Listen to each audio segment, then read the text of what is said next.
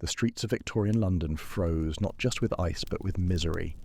Every winter claimed thousands, not only from the bitter cold but from hunger, disease and the suffocating smog that turned breath itself into poison. Behind the glitter of gaslit ballrooms, the city was shivering to death. Victorian London was a city of extremes. On one side, wealth, elegance and glittering social life. On the other, slums, workhouses and children sleeping under bridges. Winter cut deeper than any knife, exposing every crack in society. It was not simply cold weather. It was a season of survival, a trial that separated those who could afford coal fires from those who froze in damp cellars. Tonight, we're peeling back the layers of frost, coal dust and human suffering to uncover why winters in Victorian London were so brutally unforgiving. Looming chimneys belch smoke across the Thames, turning the skies yellow-grey.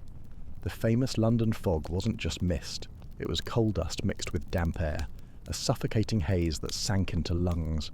In winter, the fog turned icy, clinging to hair, beards and coats like frost. For the working poor, homes were barely more than boxes of brick and rot. Windows rattled in their frames, walls dripped with moisture, and whole families huddled together for warmth around a single ember of coal. Wet clothes rarely dried. A cough in December became pneumonia by January. Outside, the streets froze solid. Horses slipped on the cobbles, trams screeched through slush mixed with ash and manure, and barefoot children darted between carriages, their breath white in the air. Vendors stood all day shouting for customers with lips turning blue, their baskets of chestnuts steaming against the icy air. Meanwhile, just a mile west, aristocrats warmed themselves beside marble fireplaces, hosting glittering winter balls. Silk dresses swept across polished floors as servants in thin coats froze at the carriage doors. The divide was impossible to ignore. Two Londons, both trapped in the same brutal winter. The brutality of a Victorian winter was not measured only by the frost on the windows, but by the epidemics that followed in its wake. Cold weather cramped families into tiny rooms, and with no proper ventilation, disease spread like wildfire. A single cough could sweep through entire slums within days. Tuberculosis, called consumption, thrived in the damp, freezing air. The sight of pale, thin bodies coughing blood into rags became almost ordinary. Influenza, bronchitis, and pneumonia cut through the poor like scythes, taking infants, the elderly, and weakened workers first. Winter was not a pause in life. It was a season of funerals. Hospitals, if you could call them that, were overwhelmed. Beds crammed together in icy wards, blankets too thin to keep anyone warm. Doctors spoke of the chill in the bones as if it were an illness of its own. In workhouses, where the destitute sought shelter, cold stone floors and thin gruel kept residents barely alive. A child who entered in December often did not live to see the spring. The streets bore witness every morning. Policemen and street sweepers found bodies stiff with frost under bridges in alleyways or leaning against the walls of churches. Newspapers recorded these deaths in single lines, buried among market prices and railway timetables, as if another frozen corpse was no news at all. Yet in the wealthier districts, winter was painted as charming, ice skating on the Serpentine in Hyde Park, roaring fires in gentlemen's clubs, and fashionable sleigh rides through snow-dusted avenues. For the privileged, the season meant merriment. For the poor, it meant survival, or silence beneath the frost. For the poor of Victorian London, survival in winter became a daily act of improvisation. Coal was the difference between life and death, but it was expensive. Families sent children to scavenge half-burnt lumps from the street, pieces dropped from passing wagons or discarded from wealthier homes. These scraps, known as cinders, were carried back in frozen hands and treasured like gold. Clothing offered little protection. Many wore the same threadbare garments all year, patching holes with rags or newspaper stuffed inside for insulation. Boots were passed from one sibling to another, soles worn down until bare feet pressed against the ice. It was common to see children with blue toes wrapped in cloth, selling matches or newspapers, their tiny flames and crumpled papers a cruel echo of warmth. Food, too, was a weapon against the cold. Street vendors sold thick pea soup and roasted chestnuts for pennies, cheap meals that doubled as portable heaters. People clutched the hot paper cones not just to eat, but to warm their hands for a fleeting moment before the frost reclaimed them. Shelter was equally fragile. Those who could not afford rent packed into overcrowded tenements, where a single fireplace was shared by dozens. Others sought refuge in workhouses, where the promise of warmth came at the cost of back-breaking labour and strict discipline. And then there were those who found no shelter at all, huddling in church doorways, wrapping themselves in straw or crowding around the iron grates of street lamps, stealing what little warmth the city spilled into the night. Yet through it all there was resilience. Street musicians played violins with numb fingers, their melodies rising into the frozen fog. Markets stayed open, stall holders brushing snow from their goods, calling out to passing crowds. Even in the depths of winter, life clung stubbornly to the cobblestones of London. Winter in Victorian London was a tale of two cities. In Mayfair and Belgravia, wealthy families celebrated the season with glittering balls. Marble fireplaces roared with coal fires, chandeliers bathed guests in golden light, and ladies in silk gowns waltzed across polished floors. The cold outside was a distant inconvenience. Carriages waited at the door, their horses draped in blankets, while servants, shivering in thin coats, stood silently in the snow. Just a few streets away, the picture was unrecognisable. In the East End, narrow alleys clogged with refuse turned into rivers of slush. Families crammed into windowless rooms, their breath rising in pale clouds as they huddled for warmth. A loaf of bread was divided into crumbs, hot tea stretched thin with water. The streets rang not with music, but with coughing, the rattle of sickness echoing through the dark. Newspapers of the time told both stories. The society pages described elegant sleigh rides through Hyde Park and fashionable skating on the frozen Serpentine. But buried deeper in the columns were small notes. A child found frozen in Shoreditch. An old woman perished on the steps of St. Paul's. To the wealthy, these lines were little more than background noise, drowned out by talk of politics, opera, and empire. The contrast was brutal. For one class, winter was romance. Snow falling gently on gaslit streets, fireside tales, and festive feasts.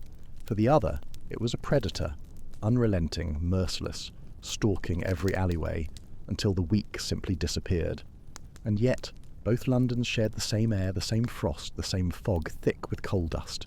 It was a city split in two, but bound together under the same brutal winter sky. By the end of every Victorian winter, the city seemed older, wearier, as if the frost had seeped into its very bones. The Thames itself often froze at the edges, a sluggish black artery barely moving under sheets of ice. Bridges loomed like monuments of stone against the pale sky, while beneath them the poor gathered in ragged blankets, watching their breath rise and vanish into the fog. Winter was more than a season. It was a test. It measured wealth, strength, and luck. For the privileged, it meant evenings of laughter and music beside roaring hearths. For the working class, it was endurance, a desperate struggle to see spring without losing a child, a parent, or themselves. The city's very identity was shaped by this seasonal brutality. Frost and smoke defined its streets, just as much as the sound of church bells or the rumble of carriages. Winter reminded Londoners of the fragility of life, of how quickly a fire could die, how swiftly warmth could vanish, and yet out of that cruelty came resilience. People learned to survive with almost nothing, to find warmth in a handful of cinders, to cling to each other when the nights stretched longest. The brutal winters of Victorian London were not only about suffering, they were about the endurance of the human spirit in a city that refused to stop, even under ice and fog. So when we ask why winters in Victorian London were brutal, the answer lies not just in the freezing temperatures, but in the way the cold exposed every crack in society, every hardship of poverty, and every fragile heartbeat that struggled to carry on until spring. As the nights grew longer, London's streets became a theatre where survival played out in endless acts. Costermongers, street sellers, stood with frost-bitten hands gripping baskets of wilting produce, shouting hoarsely into the fog. Match girls, their faces blackened by soot and smoke, begged passers-by to buy a box, their tiny flames flickering against the dark. Each sail meant a few pennies, and perhaps a crust of bread. Ragged children darted between carriages, offering to sweep snow from boots or to carry parcels for strangers. Many of them slept in doorways or beneath carts, limbs drawn tight against their thin chests, their breath rising like pale smoke. Writers of the time often called them waifs of the winter, ghost-like figures drifting through the city's arteries, half alive, half forgotten. The workhouses, meant to provide refuge, became prisons of frost. Rows of cots lined with straw offered little warmth, and the thin broth served to inmates left stomachs empty. The rule was harsh. No work, no shelter. Men with aching joints still marched out into the cold to break stones or scrub streets, just to return at night to a bed barely warmer than the snow outside. Even the prisons groaned under the season. Jailers wrote of prisoners who shivered so violently that their chains rattled through the night. Disease spread faster in cells than in the slums, the breath of one man infecting the dozen crammed beside him. And all the while, the city did not pause. Trains roared in and out of soot-covered stations, factory whistles blew at dawn, and the endless tide of labour pressed forward. Winter did not stop London. It simply made every movement heavier, every breath sharper, every life more precarious. Christmas in Victorian London was painted in glowing colours by writers like Charles Dickens. Carols rang through candlelit churches, shop windows glittered with ribbons and toys, and the smell of roasted chestnuts filled the air. Families with means gathered around heavy tables laden with goose, pudding and spiced wine, their homes glowing with firelight. For them, winter's harshness seemed softened by holiday cheer. But for the poor, Christmas was often just another day of hunger and cold. Children pressed their faces to frosted shop windows, staring at dolls and tin soldiers they could never hold. In the East End, mothers watered down soup to make it stretch, and fathers pawned their last coat just to buy a bit of coal for the hearth. A single orange, rare and costly, might be a child's only gift. Charitable societies sprang up during the season, delivering baskets of food or blankets to the poorest families. Churches hosted small feasts for the destitute, where lines of men, women and children filed in, clutching their thin shawls, waiting for a plate of warm meat. For one brief evening, the workhouse and the slum were lit by the promise of kindness, but when the candles guttered out, the frost remained. Even Dickens himself, who gave the world A Christmas Carol, admitted that the joy of the season could not erase the grinding misery of the poor. Winter charity was fleeting. By January the fog was back, the streets frozen, and the carols silenced. The city's cold heart beat on, indifferent to both the laughter of the rich and the shivering of the forgotten. The turn of the year in Victorian London was less a celebration than a sigh. New Year's bells tolled over a city still shrouded in fog, and while a handful of families raised glasses of punch in warm drawing rooms, most Londoners stepped into January with nothing but weariness. The coldest weeks often came after Christmas. By then, savings were spent, charity had dried up, and coal bins stood empty. Families rationed the last crumbs of bread, stretching meals with water or weak broth. Mothers wrapped their children in every rag they owned, whispering promises of spring even as frost gathered on the inside of the walls. Illness peaked in these weeks. Pneumonia and influenza spread fastest in the cramped rookeries, where dozens of bodies shared the same stale air. Death carts rattled more frequently through the slums, and undertakers did brisk business, their black horses steaming in the frozen air. A funeral became almost routine, neighbours trudging behind a coffin no larger than a child's toy chest. The wealthy, meanwhile, turned the season into an opportunity for leisure. The Serpentine in Hyde Park froze solid in some winters, and fashionable Londoners laced up skates gliding across the ice beneath the pale sun. Sleighs jingled down snow-dusted avenues, their riders bundled in furs. Newspapers reported these scenes with delight, calling winter the most charming of seasons. But a mile east, charm meant nothing. On the cobbled alleys of Whitechapel or Shoreditch, charm froze in the gutter. The year began not with renewal, but with another long, grinding test of endurance. For many, January was not a doorway to the future. It was a barrier they might never cross. For London's working class, winter did not bring rest. The factories roared on, their furnaces blazing, their wheels turning, demanding labour no matter the season. Men trudged through the slush before dawn, shoulders hunched, boots leaking, hands already cracked and raw from the cold. By the time they reached the gates, their clothes were soaked, and the day had only just begun. Inside, warmth was deceptive. The air was heavy with soot and smoke, hot near the machines, yet freezing near the walls where drafts slipped through broken panes. Workers sweated one moment and shivered the next, their bodies weakened by constant shifts in temperature. Coughs echoed through the halls, the first signs of sickness ignored in the rush to meet quotas. Women bore their own burdens. They stood at looms and spindles, fingers numb, eyes straining in the dim light of gas lamps. The cold stiffened their joints until every motion felt like pain, yet they worked on, hour after hour. Many carried infants on their hips or left children at home in freezing rooms, hoping the older ones could tend the younger until their shift ended. The youngest workers suffered most.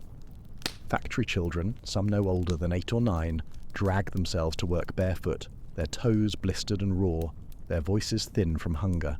They fetched water, carried coal, swept icy floors. Winter did not shorten their hours nor soften the overseer's whip. And when the long day ended, the march home was no relief. The streets were darker in winter, fog thick as velvet, lamps glowing faintly through the murk. Families returned to single rooms where damp walls wept and fires had long since gone cold. The frost waited at home just as it had outside, creeping in through every crack. For the labouring poor, winter was not only a season of cold, it was a season of exhaustion, of working themselves ragged only to earn enough to shiver through another day. If winter was cruel to adults, it was merciless to children. In Victorian London, thousands of youngsters grew up without steady homes, their lives bound to the streets. When the frost came, they became some of the most visible and most tragic victims of the season. Matchgirls no older than 10 trudged barefoot through snow-slushed alleys, boxes of matches clutched in red, swollen hands. They begged passers-by to buy just one, their thin voices vanishing into the fog. Sometimes they lit a match for themselves, holding the tiny flame close to their lips, savouring a second of warmth before it burned out. Newsboys, ragged caps pulled low, shouted headlines with trembling lips. Their papers grew damp from falling snow, ink smearing across their fingers. They darted between carriages, risking life and limb for a penny or two, just enough to buy a stale roll or a cup of thin tea. At night, London revealed its harshest face. Children slept in doorways, beneath bridges, or curled up in market stalls, using sacks as blankets. Their breath misted in the air as rats scurried nearby, and the tolling bells marked each freezing hour. Charitable patrols sometimes found them, stiff with cold, their small bodies pressed together for warmth that never came. Not all turned to selling. Some stole, apples from carts, coal from wagons, scarves from distracted ladies. The courts overflowed in winter with child thieves, shivering in rags as magistrates sentenced them to workhouses or prisons. For many, the choice was simple: steal or starve. Yet even amid despair, London's street children clung to scraps of joy. They slid on frozen puddles, played at mock snowball fights with lumps of ice and dirt, and laughed, if only for a moment, against the silence of the frost. Their resilience, fragile but unyielding, was the only shield they had against the brutal winters of Victorian London. When darkness fell in Victorian London, winter revealed its most haunting face. The fog, already thick by day, grew heavier at night, swallowing lamplight until the streets glowed like pale tunnels of smoke. Gas lamps hissed softly, their halos blurred, unable to pierce more than a few feet ahead. To walk alone was to step into a shifting void. The cold was sharper after sundown. Frost glittered on iron railings and window panes, and the cobblestones rang like glass beneath carriage wheels. Every sound, hooves striking, a whistle in the distance, the creak of wooden carts, echoed louder in the frozen silence. But the greatest danger was not always the cold. Darkness bred fear. Thieves and cut-purses thrived in the murk, melting into alleys before victims could even shout for help. For women walking home from factories or service, every shadow seemed alive, every echo a warning. Police patrolled with lanterns, but their light was swallowed almost immediately, and crime hid easily in the folds of the fog. Disease moved just as silently. The damp air clung to lungs, making every cough sound heavier, more final. Doctors wrote of fog fever, a suffocating sickness that seemed to spread as invisibly as the mist itself. The poorest huddled closer at night, trying to share warmth, but in doing so they shared illness too. Yet there was also a strange beauty in it all. From the bridges one could see the glow of 1,000 lamps blurred into golden orbs across the Thames. Street musicians played violins in the gloom, their notes drifting eerily through the air. Lovers walked arm in arm, breath mingling in clouds of white, their footsteps echoing as if in a dream. Victorian nights in winter were never silent, never safe, but always unforgettable. An uneasy balance between wonder and dread, as if the city itself held its breath until morning. Even in the harshest winters, Victorians found ways to fight the gloom with small rituals of comfort. In taverns and inns, the season meant steaming mugs of hot gin punch, mulled ale, or flip, a mixture of beer, eggs, sugar and rum, heated with a red-hot iron poker until it frothed. The warmth spread quickly, numbing fingers and lifting spirits, even if only for a while. In middle-class homes, families gathered close to the fire, the hearth becoming the heart of winter life. Children roasted chestnuts on iron grates, sparks leaping as they cracked open. Parents read aloud, Dickens, Tennyson or Penny Dreadfuls, while the wind howled outside. The glow of the fire gave the illusion of safety, even as frost crept across the glass just inches away. Markets, too, adapted to the season. Stalls piled high with cabbages, root vegetables, and the rare imported orange or lemon offered a splash of colour against the grey streets. Roasted potatoes wrapped in paper, piping hot, became a cheap meal for those with a few pennies to spare. The smell of spiced buns and gingerbread lingered in the air, a fleeting reminder that life still held sweetness. Fashion followed necessity. Wealthy Londoners ordered furs from Russia, long coats lined with sable or fox, while poorer families layered shawls, scarves, and patched coats over one another, turning necessity into a ragged kind of style. Women tucked their hands into muffs. Men carried canes more for balance on the ice than for show, and children tied rags around their boots to keep from slipping on frozen cobbles. Storytelling was another defence against the dark. Around firesides, Victorians spun ghost stories, a tradition that winter nights made all the more chilling. It was said that no night was better suited for tales of spirits than Christmas Eve itself, when the veil between the living and the dead seemed thinnest. In a city so full of fog and shadow, it was easy to believe ghosts walked just outside the door. Through these small rituals, warm drinks, glowing fires, shared tales, Londoners carved out islands of light against the brutal winters, proving that even in the coldest season, humanity refused to surrender entirely to the frost. Even in the harshest winters, Victorians found ways to fight the gloom with small rituals of comfort. In taverns and inns, the season meant steaming mugs of hot gin punch, mulled ale, or flip, a mixture of beer, eggs, sugar and rum, heated with a red-hot iron poker until it frothed. The warmth spread quickly, numbing fingers and lifting spirits, even if only for a while. In middle-class homes, families gathered close to the fire, the hearth becoming the heart of winter life. Children roasted chestnuts on iron grates, sparks leaping as they cracked open. Parents read aloud, Dickens, Tennyson or Penny Dreadfuls, while the wind howled outside. The glow of the fire gave the illusion of safety, even as frost crept across the glass just inches away. Markets, too, adapted to the season. Stalls piled high with cabbages, root vegetables, and the rare imported orange or lemon offered a splash of colour against the grey streets. Roasted potatoes wrapped in paper, piping hot, became a cheap meal for those with a few pennies to spare. The smell of spiced buns and gingerbread lingered in the air, a fleeting reminder that life still held sweetness. Fashion followed necessity. Wealthy Londoners ordered furs from Russia, long coats lined with sable or fox, while poorer families layered shawls, scarves, and patched coats over one another, turning necessity into a ragged kind of style. Women tucked their hands into muffs, Men carried canes more for balance on the ice than for show, and children tied rags around their boots to keep from slipping on frozen cobbles. Storytelling was another defence against the dark. Around firesides, Victorians spun ghost stories, a tradition that winter nights made all the more chilling. It was said that no night was better suited for tales of spirits than Christmas Eve itself, when the veil between the living and the dead seemed thinnest. In a city so full of fog and shadow, it was easy to believe ghosts walked just outside the door.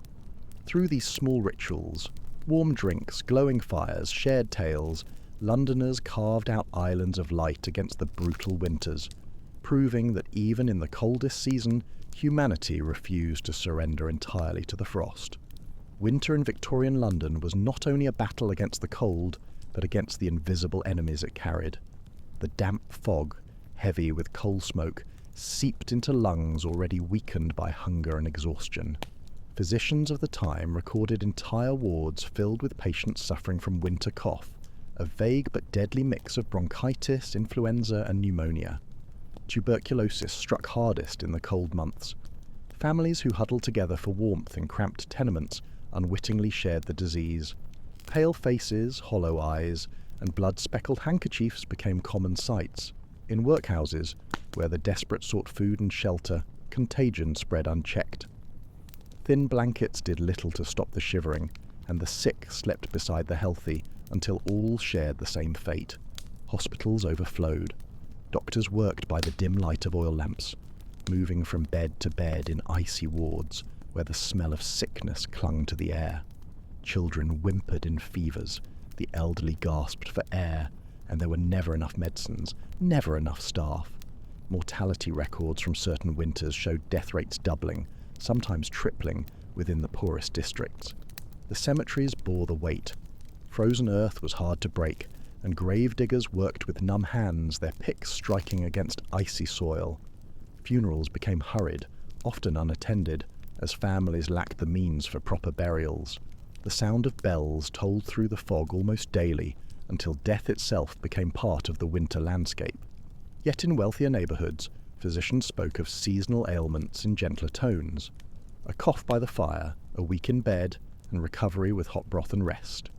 The divide between rich and poor was as visible in medicine as in meals. One side endured discomfort, the other endured catastrophe. For the Victorian poor, winter was not just cold, it was a siege of sickness, relentless and invisible, that claimed thousands before the first thought of spring. When spring finally touched Victorian London, it was less a joyful arrival than a weary release. The ice that had clung stubbornly to gutters and rooftops melted into black rivulets, carrying soot and filth down into the Thames. The fog lifted, replaced by a damp chill that smelled of wet stone and coal. For those who had endured the long months of hunger and frost, the first signs of green in the parks felt almost like a miracle.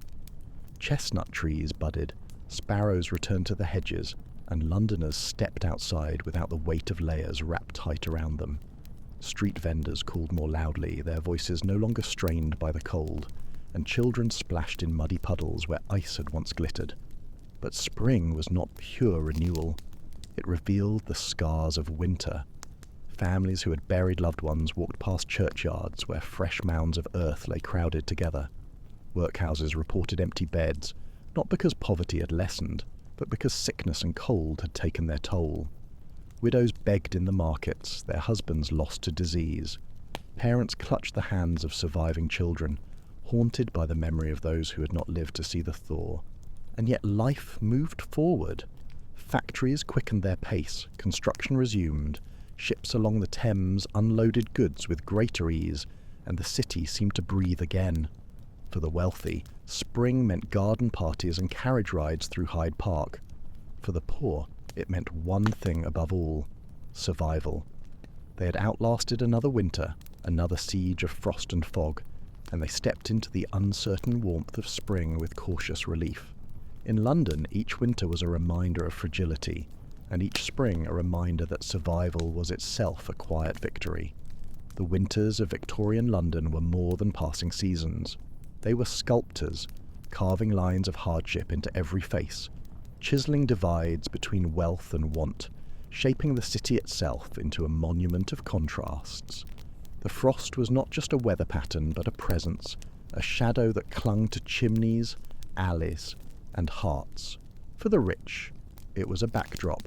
The romance of foggy carriage rides, skating on frozen ponds, the crackle of logs in marble hearths. For the poor, it was a trial by fire without fire, a relentless assault that tested body, spirit, and faith.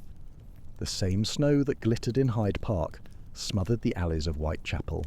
The same cold that flushed aristocratic cheeks took children's lives in slums. London did not pause for winter. It endured it. The city groaned beneath layers of cold smoke and ice, yet its people pressed forward, hawking goods in the markets, trudging to factories at dawn, lighting gas lamps at dusk. In the persistence of daily life, against all odds, lay the true resilience of Victorian London. Each winter reminded the city of its fragility, each spring of its endurance, and perhaps that is why the Victorian age, remembered for empire and invention, cannot be separated from its winters. They were the silent judges of survival, the invisible walls dividing privilege from despair, and the stage on which human tenacity revealed itself most starkly. So when we say winters in Victorian London were brutal, we are not speaking only of weather. We are speaking of a city that froze in more ways than one, its streets, its lungs, its very soul, and of the countless men, women and children who learned to endure, if not to conquer, the frost. You pull your coat tighter, though the fabric is thin and the wind cuts through it like knives. The fog clings to your hair, your lashes, your very breath. Around you, gas lamps glow like pale moons, their light swallowed almost instantly by the murk. The cobblestones beneath your boots are slick with frozen mud, and each step feels heavier than the last. A child brushes past you, a bundle of newspapers in his arms, his lips blue, his breath shallow. He disappears into the mist before you can speak. From a doorway, a match girl strikes a flame, her eyes wide as the spark flares, reflected for a second in her tears. The light fades, and she is left in darkness again. Somewhere in the distance, church bells toll, their sound muffled by the fog. You pass a carriage rattling westward, its passengers warm and laughing inside, the horses steaming in the cold. For a moment, you wonder what it feels like to step into such warmth. Then the wind howls, and you know it is not meant for you. Your hands are numb, your lungs ache. The city feels endless, its alleys twisting, its fog thickening, until you are not sure where you end and where the winter begins. You cling to the thought of morning, of the faint sun breaking through, of one more day survived. This is Victorian London in winter. Brutal, unforgiving, alive with both misery and resilience. And as you walk on through the frozen streets, you realize what thousands before you have known. In this city, in this season, survival itself is the only victory. Looking back from our modern age of central heating, insulated windows and electric lights, the winters of Victorian London feel almost unimaginable. We wrap ourselves in warmth with the turn of a dial, chase darkness away with the flick of a switch, and yet the image of those fog-bound streets, of children huddled in doorways, of endless funerals beneath grey skies, lingers in our imagination. Perhaps it is because winter strips life to its essentials. In the Victorian age, the frost exposed every crack in the city, in its houses, in its hospitals, in its conscience. Cold showed who had coal and who had none, who could afford medicine and who perished for lack of it. Winter became a mirror that reflected not only the weather, but the deep inequalities of an empire at its height. We remain haunted by that image. The gas lamp glowing faintly through the mist, the sound of hooves striking frozen cobbles, the cough of a child lost in the fog. It feels both distant and familiar, a reminder of how fragile human life is when stripped of modern comforts, and in a strange way we are drawn to it. The novels of Dickens, the engravings of Gustave Doré, the accounts of reformers, they keep the Victorian winter alive in our memory.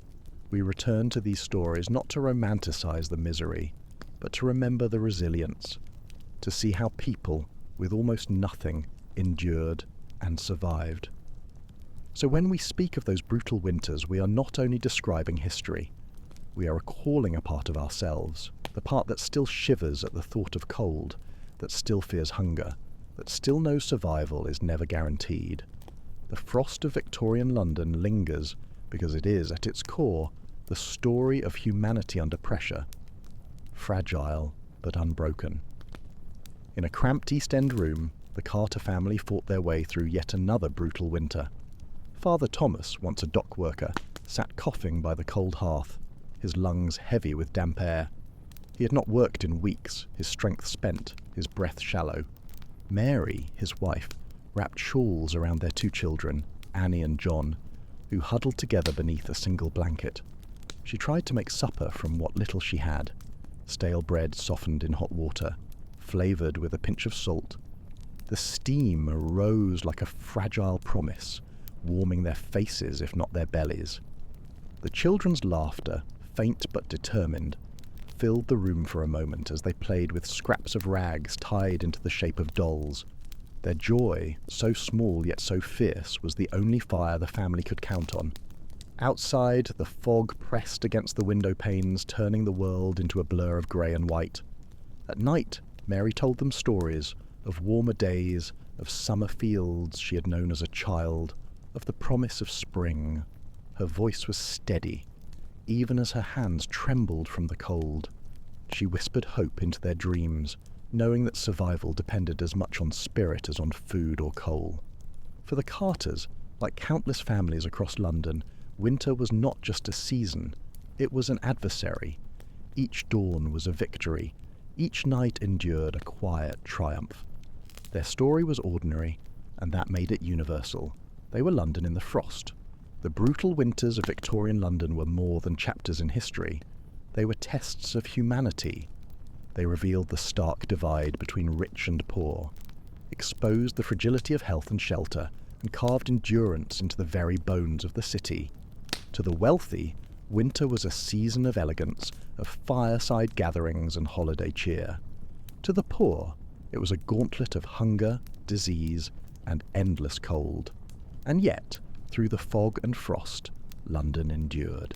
Its people endured. Children played in slush. Mothers whispered hope. Fathers laboured through pain. And whole families clung to life with a resilience that astonishes us still. The frost was cruel, but it was also clarifying. It stripped life to its essentials: warmth, food, companionship, survival. And it left behind stories, not of grandeur, but of endurance. Stories that remind us that beneath the empire, beneath the grandeur of the age, there were millions who faced each winter as a battle. So when we speak of why winters in Victorian London were brutal, we are speaking not just of weather, but of the human condition itself. Fragile, tenacious, forever caught between despair and hope. And in that fragile balance, the city lived on, through fog, through frost, through every brutal winter. Hello, and welcome back. Sleepy Historian here. Tonight, I want you to settle in, take a deep breath, and maybe pull the blanket a little closer around your shoulders, because we're about to drift into a story that is cold to the bone. A story of nights so bitter that frost climbed the inside of windows, and fog turned every street into a stage of ghosts. Now, before we begin, tell me, where are you listening from? What time is it there? Are you in a warm bed, maybe with a cup of tea nearby, or are you lying awake, the world outside your window completely still? I love reading your answers. They make this late-night journey feel like we're all in the same quiet tavern of history together. Because tonight, we're walking into Victorian London, a place of contradictions, velvet parlours and glittering theatres on one side, and damp alleys full of the half-forgotten on the other. The winter of the city was merciless. Coal was expensive, beds were scarce, and when the Thames froze, so too did the hopes of thousands who had nowhere else to go. But here's the twist. People didn't just freeze because of poverty or cold winds alone. They froze on gin and opium, cheap, intoxicating, numbing, a bitter medicine that promised warmth but quietly pulled its victims deeper into the snowdrift of oblivion. So, fluff your pillows, dim the lights, and let's step into this world together. Imagine it's the winter of 1860. The sun has gone down, though it was never much of a sun to begin with, just a pale, watery disk struggling behind clouds. Fog presses low, thick and yellow with coal smoke. The street lamps glow like dying embers.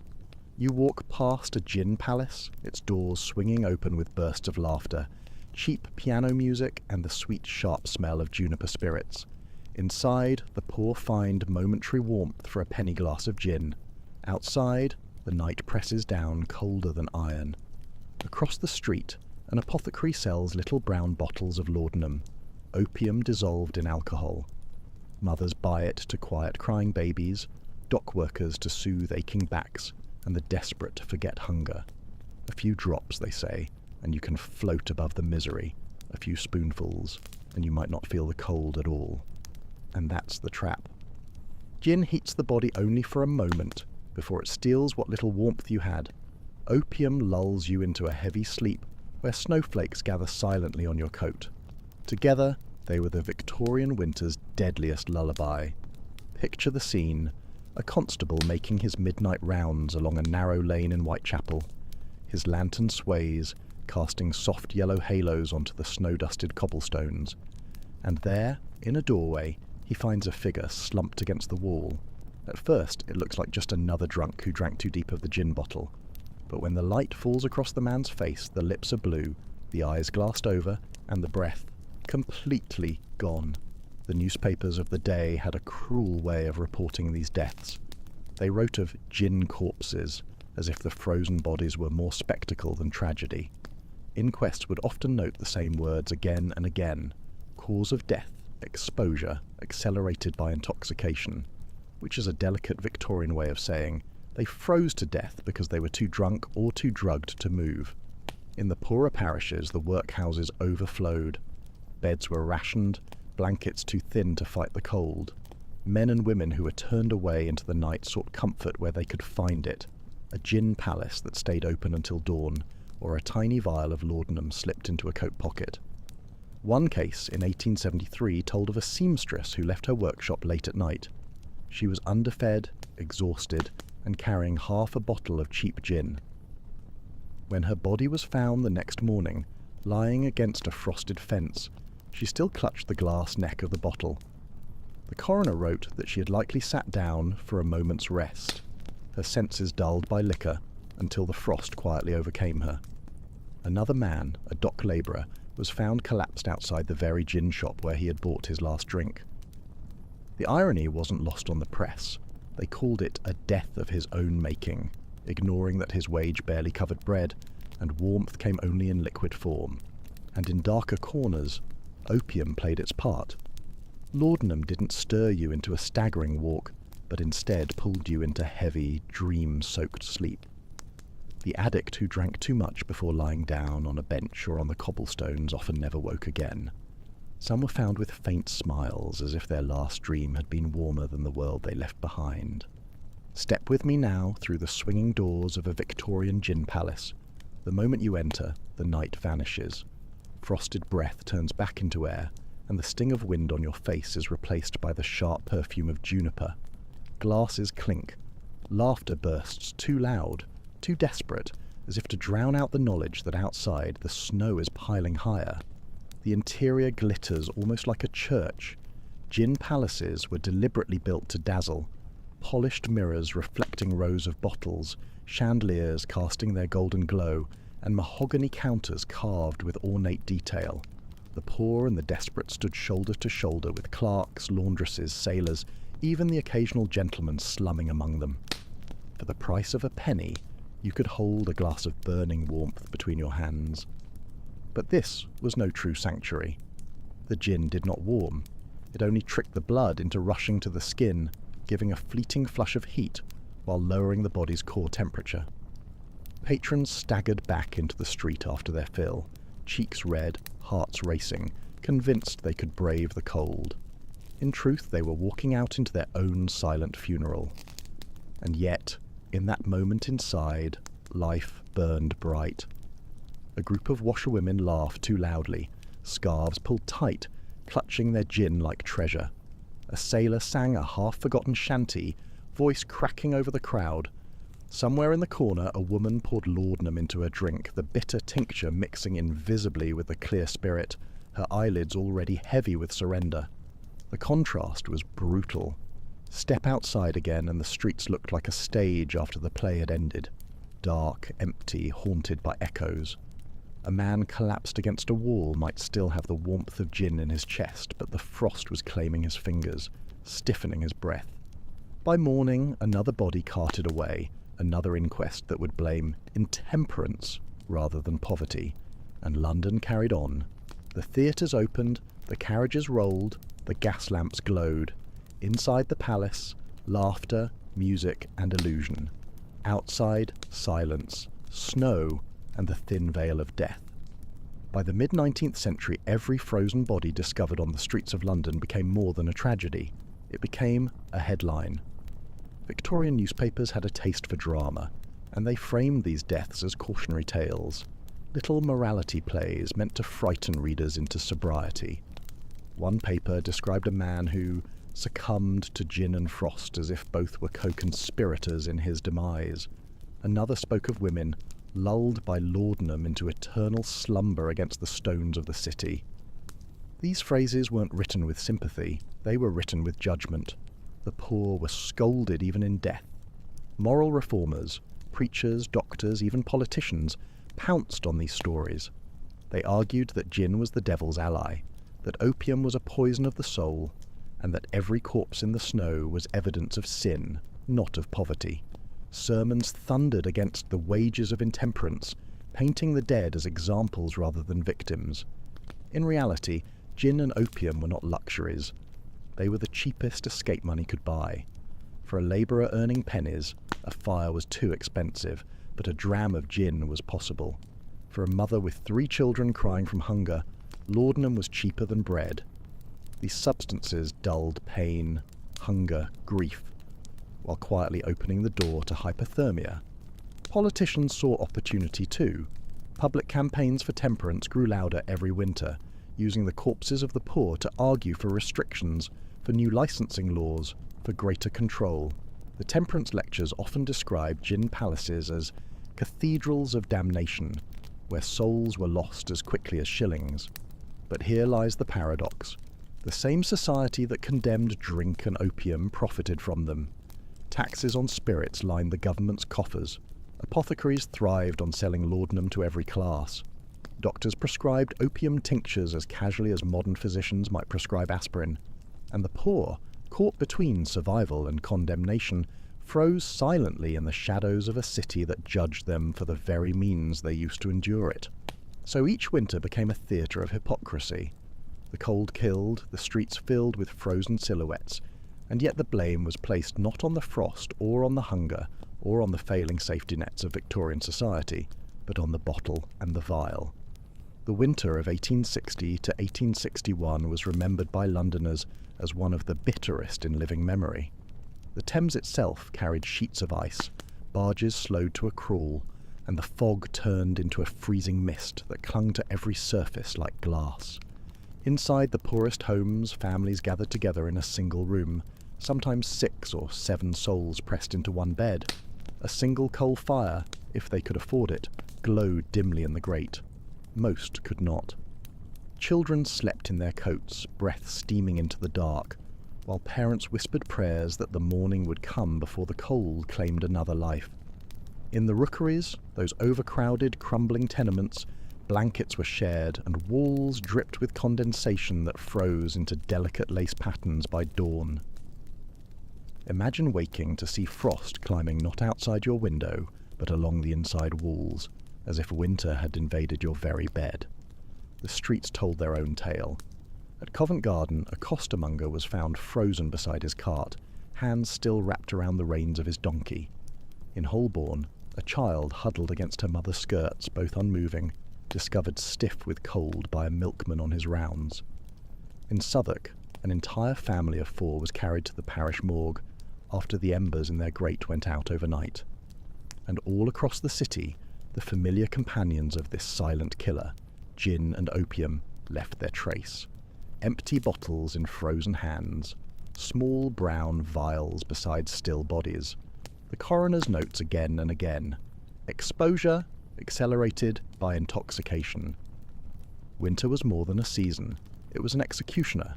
Every gust of wind was a lash, every flake of snow a warning, and yet London carried on as if nothing was unusual. Carriages rattled through the frosty mornings. Theatres announced their Christmas plays.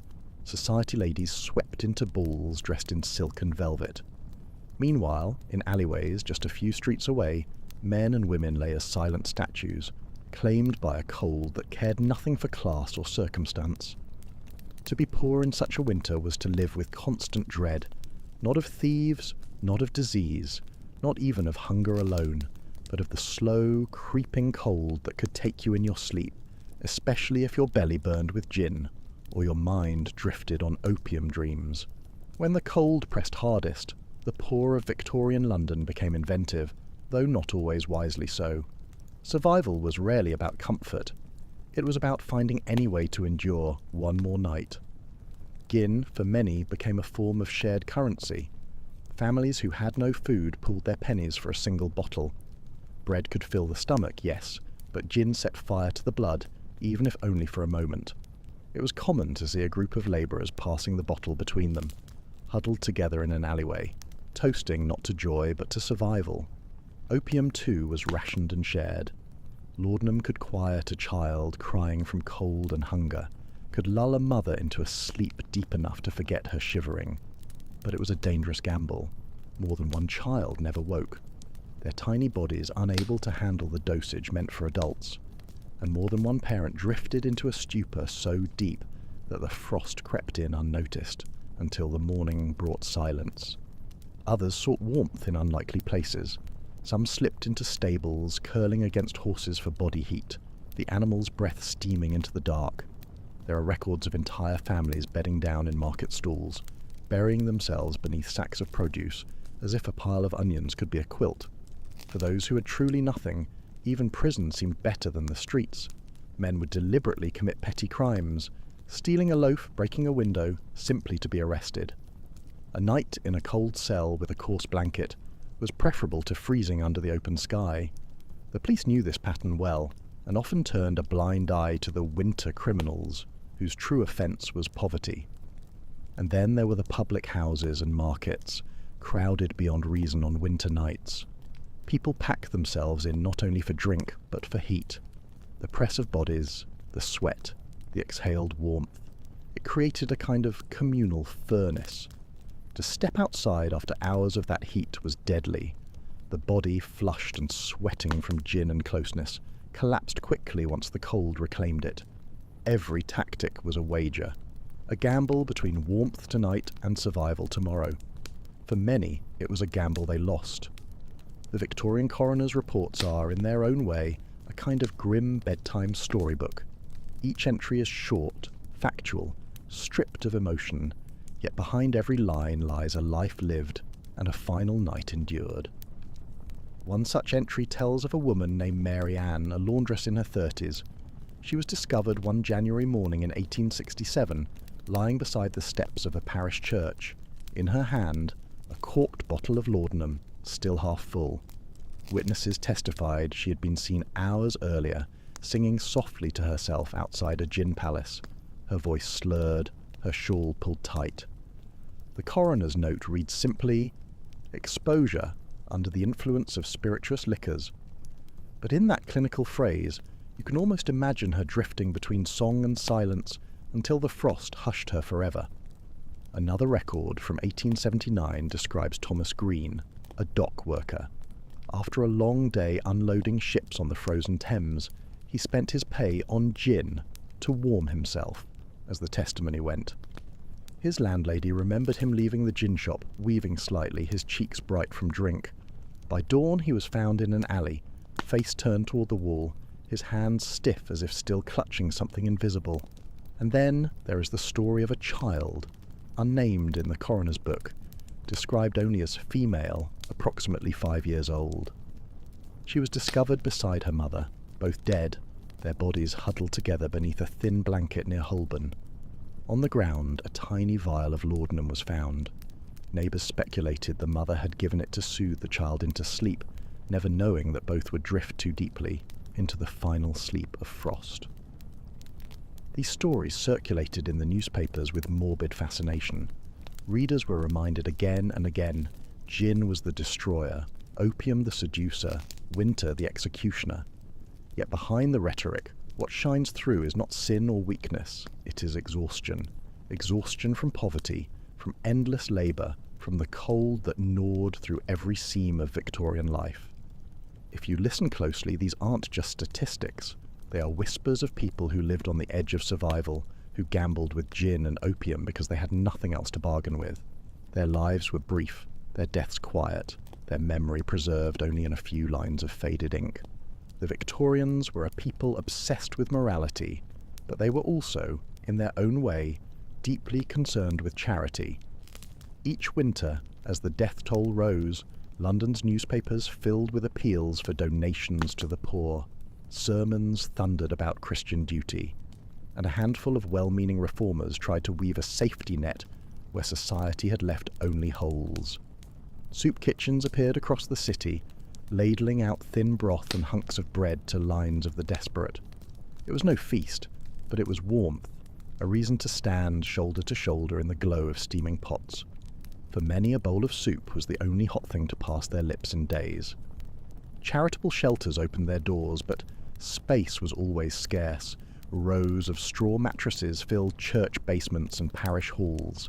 A blanket, shared with a stranger, became salvation. But turn just one person away, and the frost outside could become a death sentence. The charities knew this, and yet every night they closed their doors long before the crowds had thinned. Some organisations tried a different approach. Temperance shelters. Warmth, food and a bed were offered, on one condition: no gin, no opium.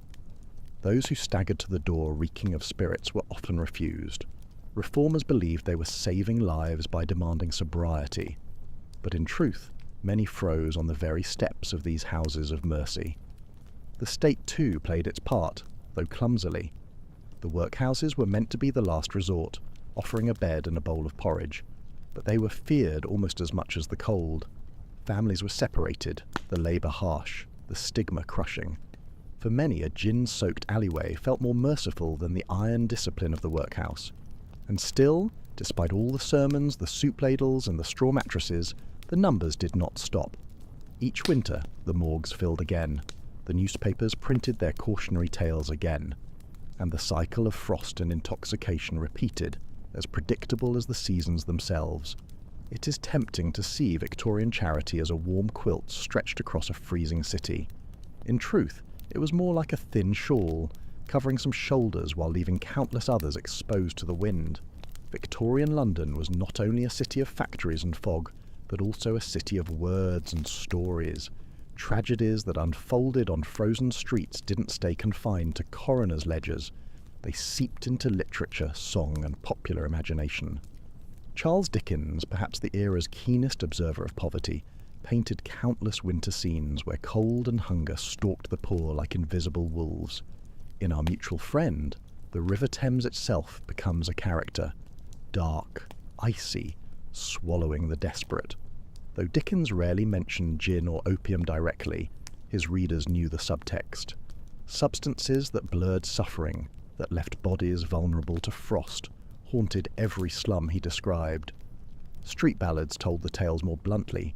Vendors sold cheap broadsides on corners, their verses half song, half warning. He drank his gin, he lay him down, the frost it claimed him where he drowned. No bed, no fire, no kindly light. Gin was his blanket on that night.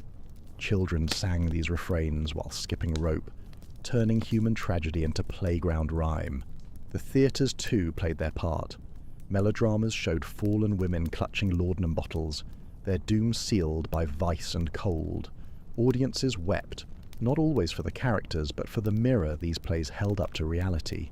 And yet, they left the theatre warmed by gaslight, returning to homes with fireplaces glowing, while outside, the same stories repeated silently. Even visual art caught the theme. Illustrations in Punch magazine showed caricatures of drunkards collapsed in the snow, exaggerated for humour, the cruelty disguised as satire. other engravings, more solemn, depicted mothers shielding infants with their bodies, frost glittering on their hair. In every form, the message was tangled, a blend of pity, mockery, and moral judgment. The poor who froze were memorialized, but rarely humanized. Their suffering became metaphor, warning, or entertainment, but seldom justice. And so, the cultural imagination of Victorian Britain wrapped gin, opium, and frost into a single story, a cautionary tale of weakness and vice. Yet, if you listen closely, beneath the satire and the sermons, you can still hear the whisper of real lives, brief sparks of warmth extinguished too soon. As the 19th century moved toward its close, London modernized. Gas lamps gave way to electric bulbs, new laws tightened the sale of spirits, and medical science began to question the casual flooding of society with opium. But the old pattern, the winter deaths, never truly vanished. Poverty had simply changed its costume. Gin and laudanum never stopped being companions of the desperate. They were joined later by morphine and chloral, and then by other, more modern forms of chemical escape. But the story remained the same, people numbing themselves against hardship, while society looked on with a mixture of pity, judgment, and indifference.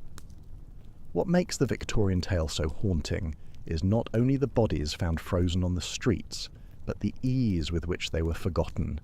Each winter was treated as an isolated tragedy, a cold spell, a seasonal hardship.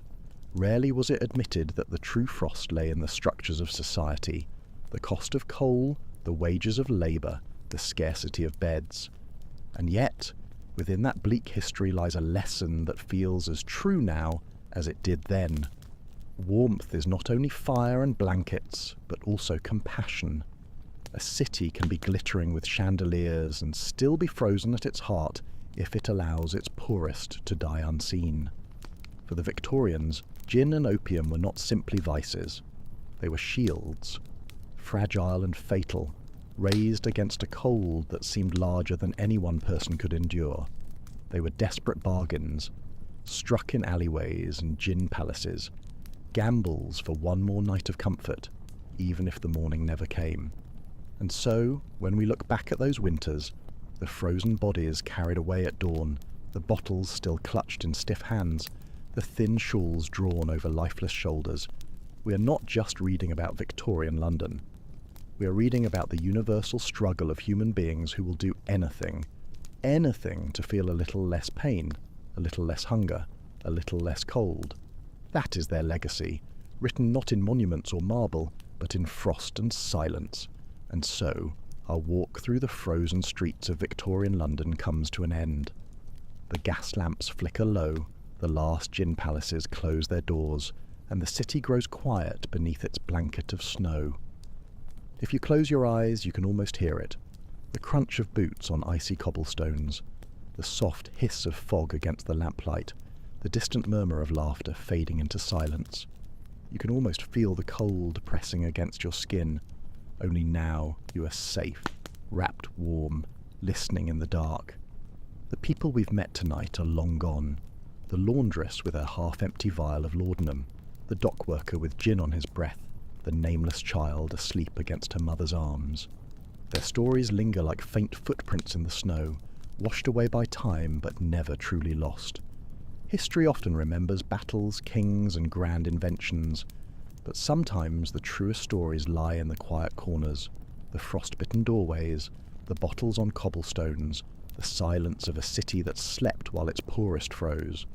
These are not just tales of death, but whispers of endurance, of fleeting warmth, of people who faced the winter with nothing but fragile shields of gin and opium. And now, as you lie here listening, perhaps ready to drift into sleep yourself, let the story fold itself gently around you. The past is cold, but your present is warm. The frost cannot reach you here. Breathe slowly. Close your eyes. Let the sounds of Victorian London fade into the distance. Gas lamps dimming, footsteps softening, snow falling endlessly on empty streets. You are safe, you are warm, and history for tonight will keep watch as you sleep. Tonight we drift into Paris. Paris of the 1920s, the city everyone thought they knew, the city of shimmering lights, of champagne bubbles rising in gilded glasses, of jazz melodies slinking out of smoky basements where American trumpets met French saxophones, and of lovers strolling arm in arm along the Seine. But there was another Paris, a slower, darker, more velvet-covered Paris, hidden behind the silk curtains of Montmartre cabarets, in the shadowed corners of left-bank apartments, and even in the polished salons of the very rich. It was a Paris intoxicated, not just with love or art or freedom, but with heroin. Yes, heroin. The little white powder that arrived like a whisper, promising clarity, calm, courage. At first, it was a modern medicine, something respectable doctors praised for quieting coughs, soothing nerves, even sharpening the mind. But by the 1920s, it had slipped its medical disguise and was drifting across the veins of the city like perfume, seducing writers, dancers, businessmen, aristocrats, and street performers alike. And so tonight, as you settle back into your pillow, or let your blanket fold around you like the soft darkness of a Parisian jazz club, I invite you to wander slowly with me. We'll move through the streets of this strange Paris, the Paris of heroin, a Paris of glittering decadence and whispered ruin, where addiction was as fashionable as a new hat, and where entire nights disappeared in a haze of powder. So tell me, where are you listening from tonight? Which city, which country, and what hour of the night is keeping you awake? And if you're listening in bed, drifting towards sleep, consider subscribing, so the next time we journey through history, you'll already have a seat waiting. Now, let us begin. Heroin did not begin as a scandal. It began, like so many modern vices, as a miracle. At the turn of the 20th century, the German pharmaceutical giant Bayer proudly released their newest discovery, a smooth, crystalline white powder, more refined than morphine, more controllable than opium. They called it heroin, from the German word heroisch, heroic, a drug that would make you feel strong, invincible, untouchable. Doctors prescribed it for coughing fits, asthma, even for children struggling with restless nights. Housewives sprinkled it into their teas, soldiers returning from the Great War found it in their prescriptions, and chemists displayed it proudly beside aspirin. No one yet whispered the word addiction, but Paris was a city that always knew how to turn a substance into a fashion. By the 1920s, after the Great War had left wounds both visible and hidden, heroin found its new stage. Jazz musicians found it sharpened their music, poets found it opened strange doors of thought, and those scarred by the trenches found it dulled the memories they could not forget. And so, in the smoky bars of Montparnasse, between the strokes of Picasso's paintbrush and the reckless prose of Hemingway's typewriter, heroin began to flow, not as a medicine, but as an enchantment. By the middle of the 1920s, heroin was no longer confined to pharmacies or whispered remedies. It had stepped onto the boulevards of Paris with the same elegance as a woman in silk gloves and pearls. In Montmartre, cabaret singers let their voices glide softer, more dreamlike, after a discreet pinch of powder. In Montparnasse, where the American expatriates gathered, writers, painters, drifters, the little packets of heroin passed like cigarettes, slipped into the night along with bottles of wine and murmured confessions. The wealthy loved it not because they needed it, but because it was forbidden. It was a symbol, a token of belonging to a hidden society. A guest at a salon might arrive with champagne in one hand and just as casually offer a small glass vial filled with white powder. For the nerves, they would say, or, with a smile that revealed a little too much, for inspiration.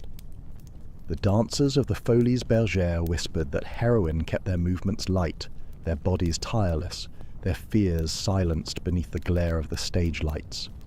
Meanwhile, aristocrats, already bored with champagne, absinthe, and cocaine, welcomed heroin as the next great indulgence. To refuse it was almost impolite, like refusing a toast. Yet the fashion was not loud. Unlike the noisy gin palaces of London or the bright speakeasies of New York, Parisian heroin was discreet. It was not taken at bars with cheers and clinking glasses, but in velvet-draped apartments, in corners of smoky jazz clubs, or at the back tables of cafes where poets argued about art and eternity. It was chic precisely because it was whispered.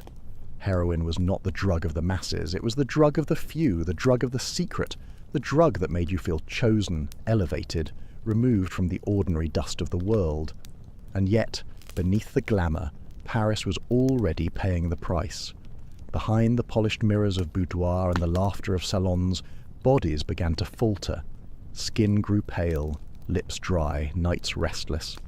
But in the moment, all of that could be hidden under powder, perfume, and charm. Heroin was no longer just a medicine, it was a costume Paris wore with pride, even as it began to eat away at the flesh beneath. Paris in the 1920s did not sleep, or rather, it dreamed with its eyes open. In the basements of Montparnasse and Pigalle, the air was thick with saxophone notes, cigarette smoke, and the low laughter of people who didn't want the night to end. American musicians, many of them black veterans of the Great War, had brought jazz across the Atlantic, and with them came a new rhythm, a pulse that Paris seized like a heartbeat of its own. But in the shadows, beyond the dancing shoes and tilted hats, another pulse was beating, quieter, slower, and far more dangerous. Heroin had found its way into the bloodstream of Parisian nightlife. At first, it was discreet. A musician might step outside for a moment, return with eyes slightly unfocused but fingers moving across the keys like liquid gold. A dancer might excuse herself, only to come back with movements that seemed lighter than air. Soon, though, it was no secret. Small glass vials appeared on cafe tables beside the wine bottles. Rolled-up notes disappeared briefly behind curtains, and spoons glinted under candlelight. For some, heroin was fuel. Writers claimed it sharpened their ideas, stripped away the dullness of ordinary thought, and carried them into a world where words came like thunder. Painters swore it let them see colours that no sober eye could catch. Musicians whispered that it made their instruments sing with voices not their own. For others, it was refuge. Soldiers scarred by trench warfare found it dulled the ghosts of gunfire and mud. Widows found it softened the loneliness of nights that stretched endlessly, and the young, restless, uncertain of their place in a changing world, found that heroin offered the simplest escape of all, from themselves. And so the jazz clubs of Paris became something more than places of music. They were temples in their own strange way. Temples where the worship was not of God nor of reason, but of forgetting. Forgetting pain. Forgetting hunger. Forgetting the weight of living after a war that had shattered so much. The heroin craze was never shouted, never openly advertised. It whispered its way into every corner, like the faint smoke of a candle burning down. Paris danced, Paris sang, Paris laughed, and behind every laugh, behind every dance step, behind every trumpet note, heroin was watching. It would be easy to imagine heroin as something used only by the poor or by desperate outcasts hiding in alleyways. But in Paris, the faces of heroin were far more surprising. There was the aristocratic woman in pearls and fur who carried a silver snuff box, not of tobacco but of powder, which she would delicately press to her nose between glasses of champagne. There was the struggling poet in a tattered coat, who believed the drug gave him visions of eternity, even as it left him unable to afford food. There was the cabaret singer, adored on stage, whose voice trembled with beauty at night, and whose body trembled with need by morning. Doctors too played their part. Some prescribed heroin with casual ease, still convinced of its therapeutic value. Others secretly hooked themselves, dosing late into the night after treating their patients by day. And then there were the dealers, well-dressed men who moved through salons and cafes like any other gentleman, except that the pockets of their coats rattled softly with vials and packets instead of coins. Addiction did not discriminate. It draped itself across silk and rags alike, across the trembling hands of a painter and the steady hands of a banker, across the smoky breath of a prostitute and the perfumed sighs of an heiress. The city itself seemed to wear heroin like a mask of glamour, brilliance, and courage, but beneath it, the face of Paris was growing pale, restless, and sick. By the late 1920s, heroin was no longer only a private indulgence of Parisian elites, it had become a public problem. Not that the city liked to admit it. Paris preferred its scandals to be romantic, tinged with poetry or love affairs, not with pale bodies and trembling hands. But slowly, stories began to drift into newspapers. A young singer collapsing on stage, her voice stolen by something no one dared name. A painter found lifeless in his studio, his last canvas unfinished, a vial of white powder lying open beside the brushes. A wealthy heir disappearing from fashionable soirees, seen instead wandering the streets with clothes unbuttoned and eyes hollow. Doctors, once enthusiastic promoters of the heroic drug, now spoke in whispers of its dangers. The French press, cautious but curious, began to ask whether Paris was losing itself not to foreign invaders, but to something smaller, quieter, deadlier, and politicians, eager to appear concerned, introduced new restrictions. Pharmacies tightened their shelves, prescriptions were more carefully noted, and police raids flickered occasionally through the jazz clubs. Yet for every raid another dealer appeared. For every locked cabinet, another unlocked pocket opened. Paris was too enchanted, too unwilling to let go of its fashionable poison. The truth was simple. Heroin had woven itself into the very fabric of the city. To rip it out would mean tearing apart the nights, the music, the salons, the whispered confidences that had become as essential to Parisian life as bread or wine. And so the price was paid, not in francs, but in flesh. Those who surrendered themselves fully to the powder found their lives shrinking. The poet who once filled pages with wild, fevered visions could no longer write more than a few broken lines. The dancer who dazzled beneath stage lights stumbled in rehearsals, her body no longer obeying her. The aristocrat, once the heart of every salon, withdrew into shadows, her beauty fading into something brittle and haunted. Paris was still laughing, still dancing, still pretending. But behind every glamorous face there seemed to be another, hidden, pale, tired, trembling, lost. Addiction was not loud. It was slow. It did not crash through doors or burn down houses. It simply took away, piece by piece, until there was nothing left but the craving. And in the hushed hours before dawn, when the music had stopped and the wine bottles were empty, Paris began to feel the emptiness too. Yet even then, even as warnings spread, heroin carried with it a strange allure. It was not only destruction, it was seduction.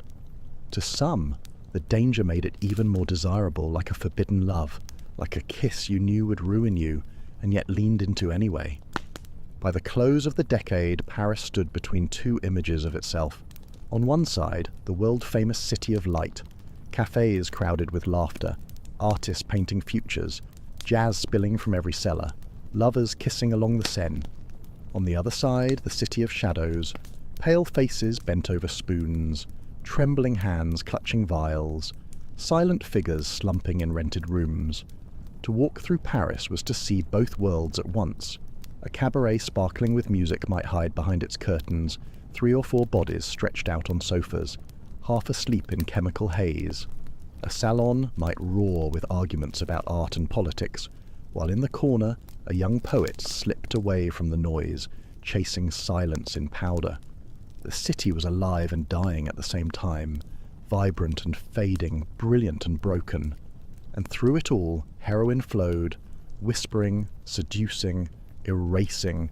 Paris of the late 1920s was not only a city of heroin, it was a city of choices. Never before had there been so many ways to escape the ordinary weight of living. For those with money, champagne still flowed endlessly, every cork a promise of laughter.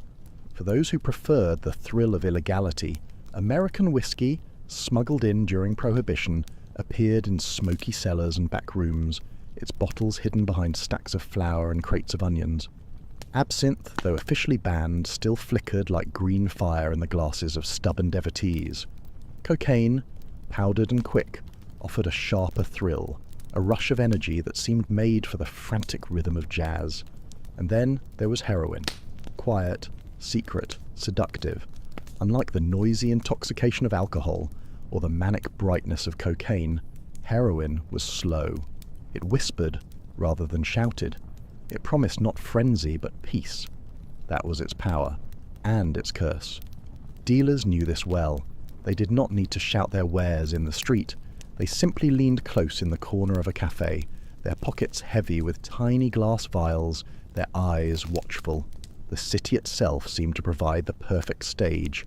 Dimly lit clubs where shadows stretched long, where anything might be hidden in the folds of a coat or the clasp of a handbag.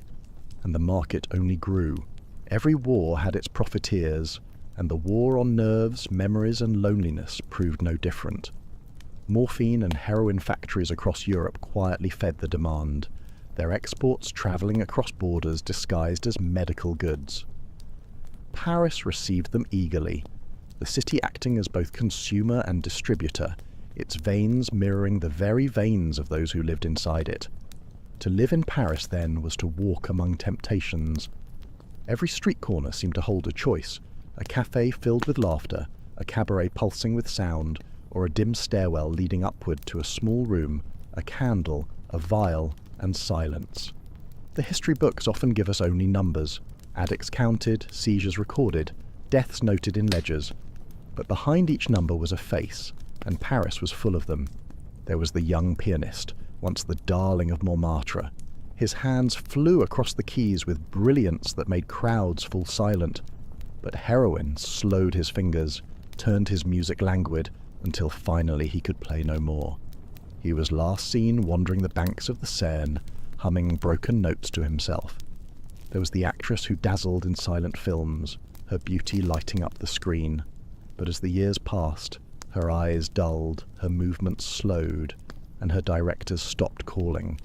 She retreated to an apartment heavy with curtains, where she lived only for the next dose, her mirror reflecting a ghost of the woman Paris had once adored. There was the soldier, scarred by the Great War, who could not sleep without the powder. His nightmares of mud, rats and shells were washed away only by heroin, and so he clung to it, even as it hollowed him from the inside. And there were countless others unnamed, forgotten. Street sweepers, shop girls, waiters, factory hands. Paris did not remember their stories, but the powder claimed them all the same. Addiction was not dramatic, it was quiet. A soft theft of life, so slow that often the victim did not realize what had been taken until it was too late. By 1929, the golden mask of Paris was beginning to crack. The stock markets trembled, fortunes evaporated, and with them the endless flow of champagne and luxury. Nightclubs still played their jazz, but the laughter seemed thinner, and in the quieter corners of the city, heroin's presence was harder to disguise. Police records grew thicker. Doctors admitted, at last, the dangers they had once ignored. Families whispered of sons and daughters lost to the drug, but rarely spoke it aloud, for shame was as heavy as grief. The heroin craze had seduced Paris, yes, but seduction always has a price, and the city was beginning to pay it. When the markets collapsed in 1929, Paris trembled like the rest of the world. The champagne fountains dried, the soirees grew fewer, and the cabarets that had once seemed untouchable now counted every guest carefully. The rich lost fortunes overnight, and the poor, already balancing on the edge, slid further into hunger and despair. Heroin did not disappear with the money. In fact, in some ways, it grew stronger. For the wealthy, it became less of a fashionable accessory and more of a private refuge. Those who could no longer afford to dazzle Paris with cars and gowns instead retreated into their apartments, clutching vials like old jewels. And for the working class, heroin spread in quieter, harsher ways, no longer wrapped in velvet and pearls, but hidden in matchboxes, traded in alleys, shared between trembling hands. The city that once danced with heroin now shivered with it. No longer chic, no longer whispered with a sly smile at salons. It had become survival, a way to silence the ache of an empty stomach, to dull the weight of unemployment, to make the long nights of fear a little shorter. The jazz still played, but its sound had changed. What had once been exuberant, carefree, and defiant was now more melancholic, softer, a sound of longing rather than triumph. The horns still rose, the drums still beat, but the rhythm carried sadness in its bones. And heroin drifted with that music, not as a glamorous partner, but as a shadow, one that crept into every quarter, from the gilded apartments of the right bank to the narrow, hungry streets of Belleville. As the 1930s unfolded, heroin was no longer spoken of with fashionable daring. The French authorities, pressured by international treaties and by the growing recognition of the drug's destruction, tightened their laws. Pharmacies locked their cabinets, doctors risked their licenses, and police cracked down harder. But addiction has never obeyed laws.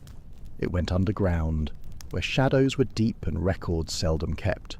Addicts disappeared from the grand salons and instead gathered in dim boarding rooms, in abandoned warehouses, in corners of the city where even the police seldom lingered.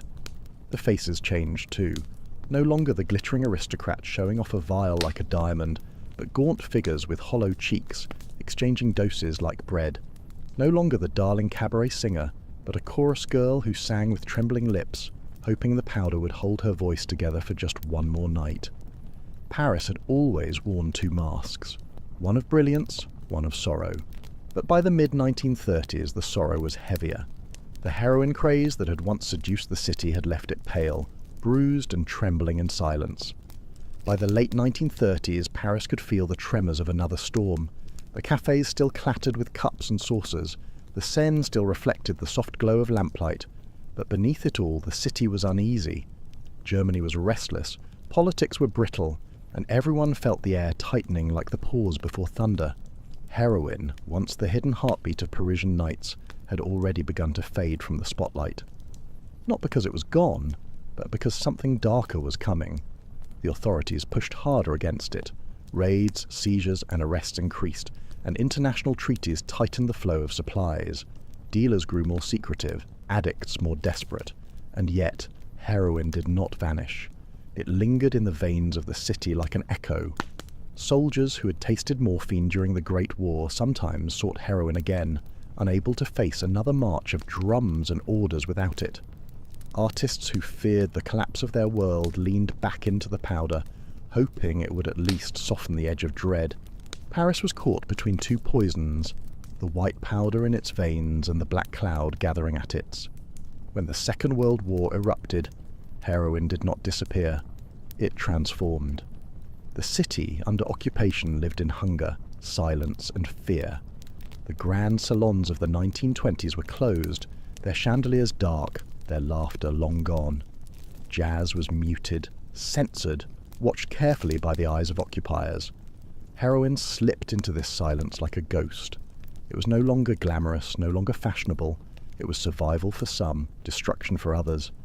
In the shadows of ration lines and curfews, addicts still sought it, dealers still traded it, and whispers of the drug followed soldiers and civilians alike. But heroin was no longer the darling of Paris. It was its secret shame. The elegant mask had been torn away. What remained was a reminder of wounds that never healed. The soldiers who could not forget the last war. The artists who could not find hope in the new one. The people who clung to forgetting because remembering was too heavy.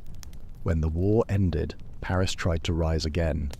The City of Light wanted to shine once more, to laugh in its cafes, to dance to jazz without fear, to kiss openly along the Seine. And so, Paris forgot. It forgot the shadows of the occupation.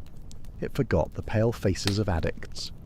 And it forgot, deliberately, the heroin craze of the 1920s. History books spoke more of liberation than of addiction, more of triumph than of trembling veins. And Paris was happy to leave it that way.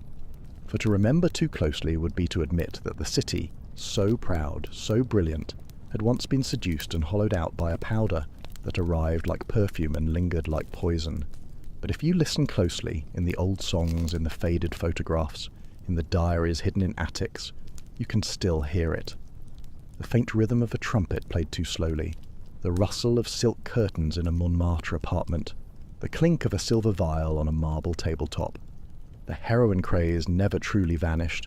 It was simply buried beneath layers of history, waiting for someone, one quiet night, to lift the curtain again. Even though Paris tried to bury the memory of its heroin years, the traces lingered, in brushstrokes, in pages, in melodies. Some of the literature of the era, though never naming the drug outright, carries its fingerprints. Poems that drift without direction, prose that circles around absence, paintings that seem blurred at the edges. as if the world itself were dissolving. These were not accidents. They were whispers of a city breathing powder.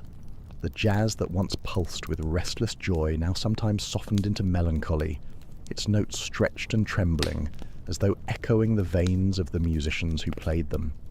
Even fashion, with its fascination for pale faces, tired eyes, and fragile elegance, seemed touched by the ghost of heroine's effect. The look of languid decadence became chic, without anyone saying why.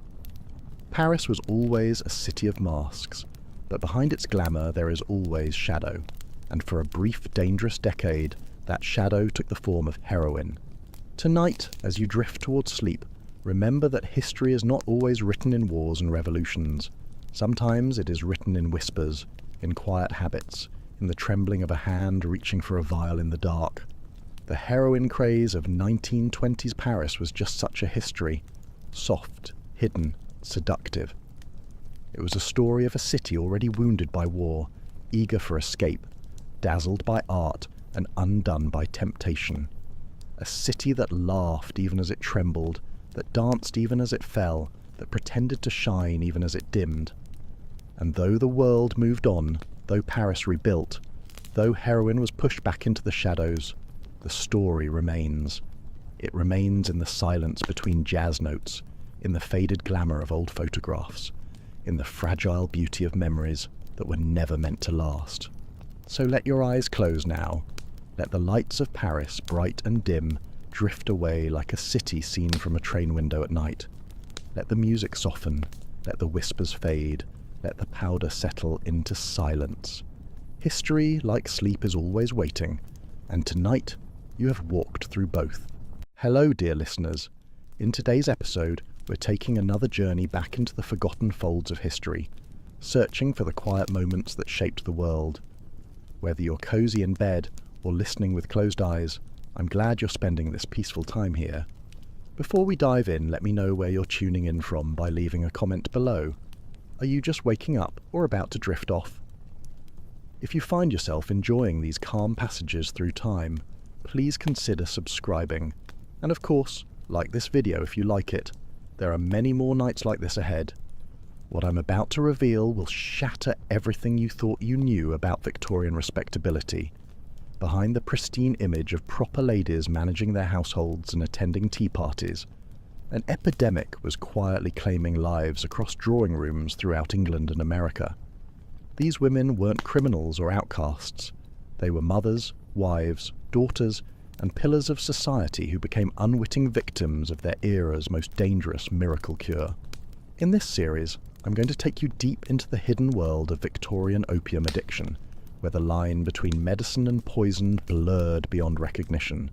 We'll uncover the heartbreaking stories of real women whose names were whispered in hushed tones, and whose mysterious deaths were explained away as nervous conditions or weak constitutions. But first, let me show you just how devastating this silent epidemic truly was. Meet Charlotte Winslow, a woman whose story would become tragically common throughout the Victorian era. In 1853, Charlotte was everything society expected of a proper lady. She managed her husband's household in Boston with military precision, raised 3 children with unwavering devotion, and never missed a single charitable function. But behind closed doors, Charlotte was fighting a battle that would ultimately claim her life. It started innocently enough. After the difficult birth of her youngest daughter, Charlotte's physician prescribed laudanum for what he called her nervous exhaustion. Just a few drops in water, morning and evening, to calm her spirits and restore her strength. The amber liquid tasted bitter, but within minutes of taking it, Charlotte felt a warmth spread through her chest, washing away not just her physical pain, but every worry that had been gnawing at her mind. What Charlotte didn't know was that she had just taken her first dose of liquid opium, a substance so powerfully addictive that it would soon control every aspect of her existence. Within weeks, those prescribed doses no longer provided the same relief. Charlotte found herself taking the medicine 3 times a day, then 4, then whenever the familiar ache of withdrawal began to creep into her bones. The truly insidious part of this tragedy was how completely normalised laudanum had become in Victorian society. Walk into any apothecary shop in London or New York, and you'd find dozens of patent medicines containing opium. Godfrey's cordial for teething babies, Dover's powder for headaches, Mrs. Winslow's soothing syrup for everything from menstrual cramps to melancholy. These weren't hidden in back rooms or sold by shadowy dealers. They were displayed proudly on shop counters, advertised in respectable newspapers, and recommended by family physicians. For Victorian women, laudanum wasn't just medicine, it was salvation. In an era when women had virtually no control over their bodies or their lives, when they were expected to endure childbirth without complaint, manage households without help, and suppress every emotion except gentle contentment, laudanum offered something precious: escape. Just a few drops could transform a day of endless domestic duties into something bearable. It could quiet the screaming of colicky babies, ease the pain of another difficult pregnancy, and provide a brief respite from the crushing weight of societal expectations. But this escape came at a price that most women didn't discover until it was far too late. The same qualities that made laudanum so appealing also made it devastatingly addictive. The opium didn't just relieve pain, it rewired the brain's chemistry, creating a physical dependence that grew stronger with every dose. Women who had started taking laudanum for legitimate medical reasons soon found themselves unable to function without it. Consider the case of Margaret Thornfield, a minister's wife in rural Yorkshire. Margaret began taking laudanum after developing what her doctor called neuralgia, a catch-all term for unexplained pain that Victorian physicians often used when they couldn't identify a specific ailment. The medicine worked wonderfully at first. Margaret's mysterious aches disappeared, and she felt more energetic and capable than she had in years. She threw herself into her duties as a pastor's wife with renewed vigour, organising charity drives and visiting the sick with tireless enthusiasm. But as months passed, Margaret noticed troubling changes. The periods between doses became increasingly difficult to endure. She would wake in the middle of the night drenched in sweat, her heart racing with inexplicable panic. During the day, she found herself watching the clock obsessively, counting the hours until she could take her next dose. When she tried to reduce the amount, as her conscience occasionally demanded, she was struck by symptoms so severe she thought she was dying. Her hands would shake uncontrollably, her stomach would twist with nausea, and waves of despair would wash over her with such intensity that she could barely leave her bedroom. Margaret's husband, a kind but naive man who trusted completely in his wife's virtue and his physician's wisdom, never suspected that his wife's medicine was slowly destroying her. Like most people of his era, he believed that addiction was a moral failing that afflicted only the weak-willed and degenerate. The idea that his pious, devoted wife could become dependent on her prescribed medicine was simply unthinkable. This blindness to the reality of laudanum addiction wasn't unique to Margaret's husband. Victorian society had created an elaborate fiction around opium use that allowed respectable people to maintain their denial, even as the evidence mounted around them. When women began taking increasingly large doses of their medicines, it was attributed to worsening health conditions that required stronger treatment. When they became withdrawn and listless, it was blamed on feminine weakness or nervous disorders. When they died, suddenly and mysteriously, it was explained as heart failure or brain fever. The truth was far more sinister. These women weren't succumbing to mysterious illnesses, they were overdosing on opium, sometimes accidentally, as their tolerance increased and they lost track of how much they had taken, and sometimes deliberately, as the weight of their addiction became unbearable. But because laudanum deaths often mimicked natural causes, and because families were desperate to protect their reputations, the true scope of the epidemic remained hidden. Victorian medical knowledge of addiction was primitive at best. Doctors understood that opium could be habit-forming, but they vastly underestimated its power and assumed that respectable people would naturally limit their use through moral restraint. They failed to recognize that physical dependence could overcome even the strongest willpower, and they had no effective treatments for withdrawal. When patients complained of symptoms after reducing their laudanum dose, doctors often interpreted this as evidence that they still needed the medicine, inadvertently encouraging continued use. The isolation of Victorian women made the problem even worse. Unlike men who might encounter other opium users in smoking dens or through social networks, women took their laudanum in the privacy of their homes, often unaware that they weren't alone in their struggle. They had no way to compare their experiences or seek help from others who understood their predicament. Each woman believed her growing dependence was a personal failing, a secret shame that must be hidden at all costs. This shame was compounded by the era's rigid gender expectations. Victorian women were supposed to be moral guardians, pure and self-controlled beings who elevated their families through their virtue. The idea that they might be unable to control their use of medicine contradicted everything society believed about feminine nature. Women who recognized their dependence faced an impossible choice: admit their problem and risk social disgrace, or continue using laudanum and hope they could somehow regain control before it was too late. Most chose to continue in silence, creating elaborate deceptions to hide their increasing consumption.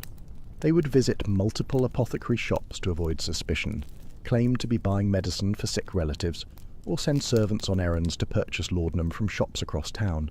Some became expert at diluting their husband's brandy with laudanum, creating a mixture that could be consumed openly without raising questions.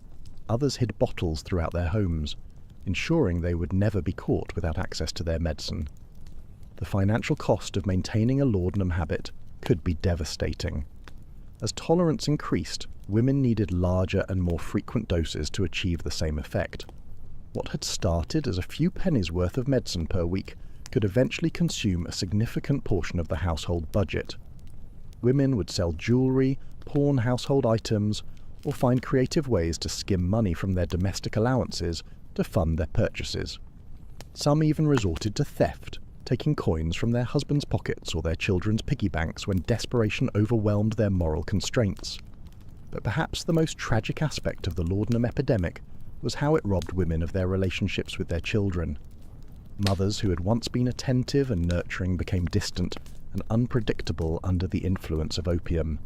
They might be unnaturally cheerful and energetic shortly after taking their medicine, then irritable and withdrawn as the effects wore off. Children learn to read these mood cycles, approaching their mothers carefully during the good periods and avoiding them during the bad ones. Some mothers, recognizing the damage their addiction was causing, made desperate attempts to quit. They would pour their laudanum down the drain in moments of resolve, only to send servants rushing to the apothecary hours later when withdrawal symptoms became unbearable. Others tried to gradually reduce their doses, marking careful measurements on their bottles and setting strict schedules for consumption. But without medical support or understanding, these efforts almost invariably failed. The medical establishment's ignorance about addiction treatment meant that women who did seek help often received advice that made their situations worse. Doctors might recommend switching to different opium preparations, believing that variety would somehow reduce dependence. They prescribed additional drugs, like alcohol or chloral hydrate, to manage withdrawal symptoms, often creating new addictions alongside the original problem. Some physicians recommended complete rest cures, isolating women in private sanatoriums, where they were given even more laudanum to keep them calm and compliant. The desperation of these women manifested in ways that would shock modern sensibilities. Eleanor Hartwell, wife of a prominent London banker, began crushing her laudanum tablets and mixing them with her morning tea when liquid preparations no longer satisfied her cravings. She would sit at her mahogany breakfast table, surrounded by fine china and fresh flowers, consuming what amounted to lethal doses of opium while discussing the weather with her unsuspecting husband.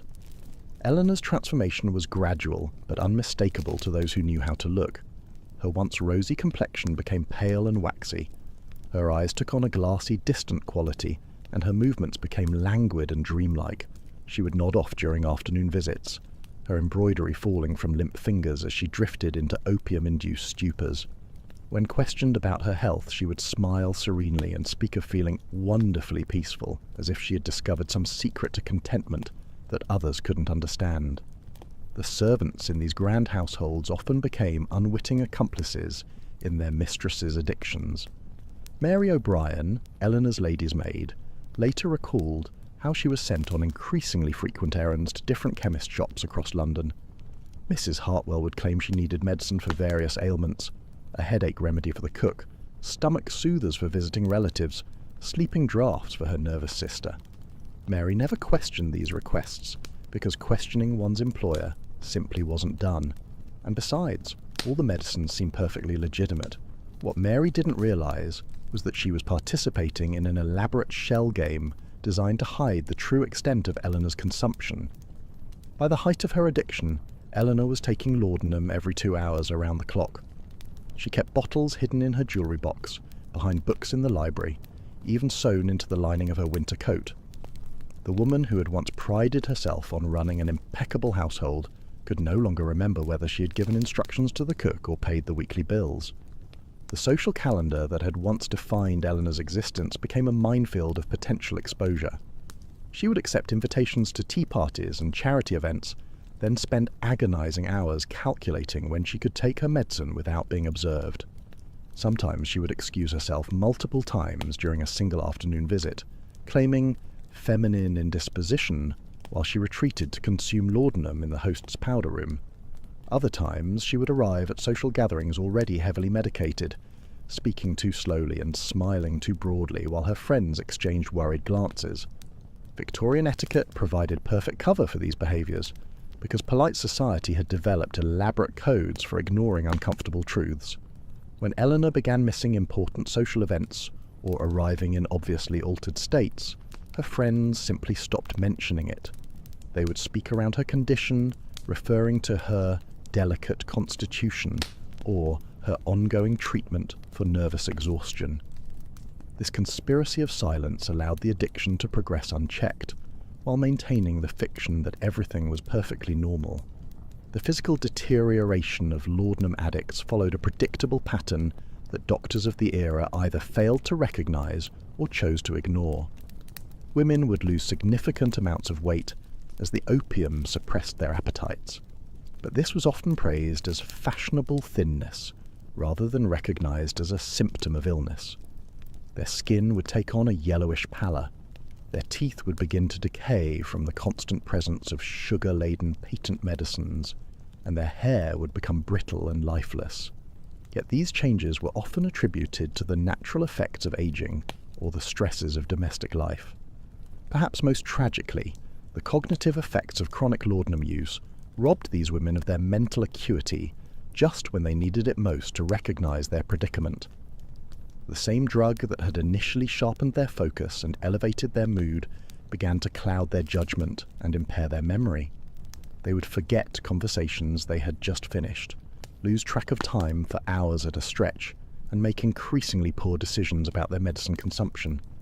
Victoria Ashworth, a clergyman's daughter from Bath, exemplified this tragic decline. Once known for her sharp wit and extensive knowledge of literature, Victoria began experiencing what she described as mental fog after months of laudanum use. She would start reading a book only to discover she had already read the same chapter 3 times without remembering it. During conversations, she would lose her train of thought mid-sentence, staring blankly at her companions while struggling to remember what she had been saying. Victoria's family attributed these changes to the natural progression of whatever mysterious ailment required her constant medication.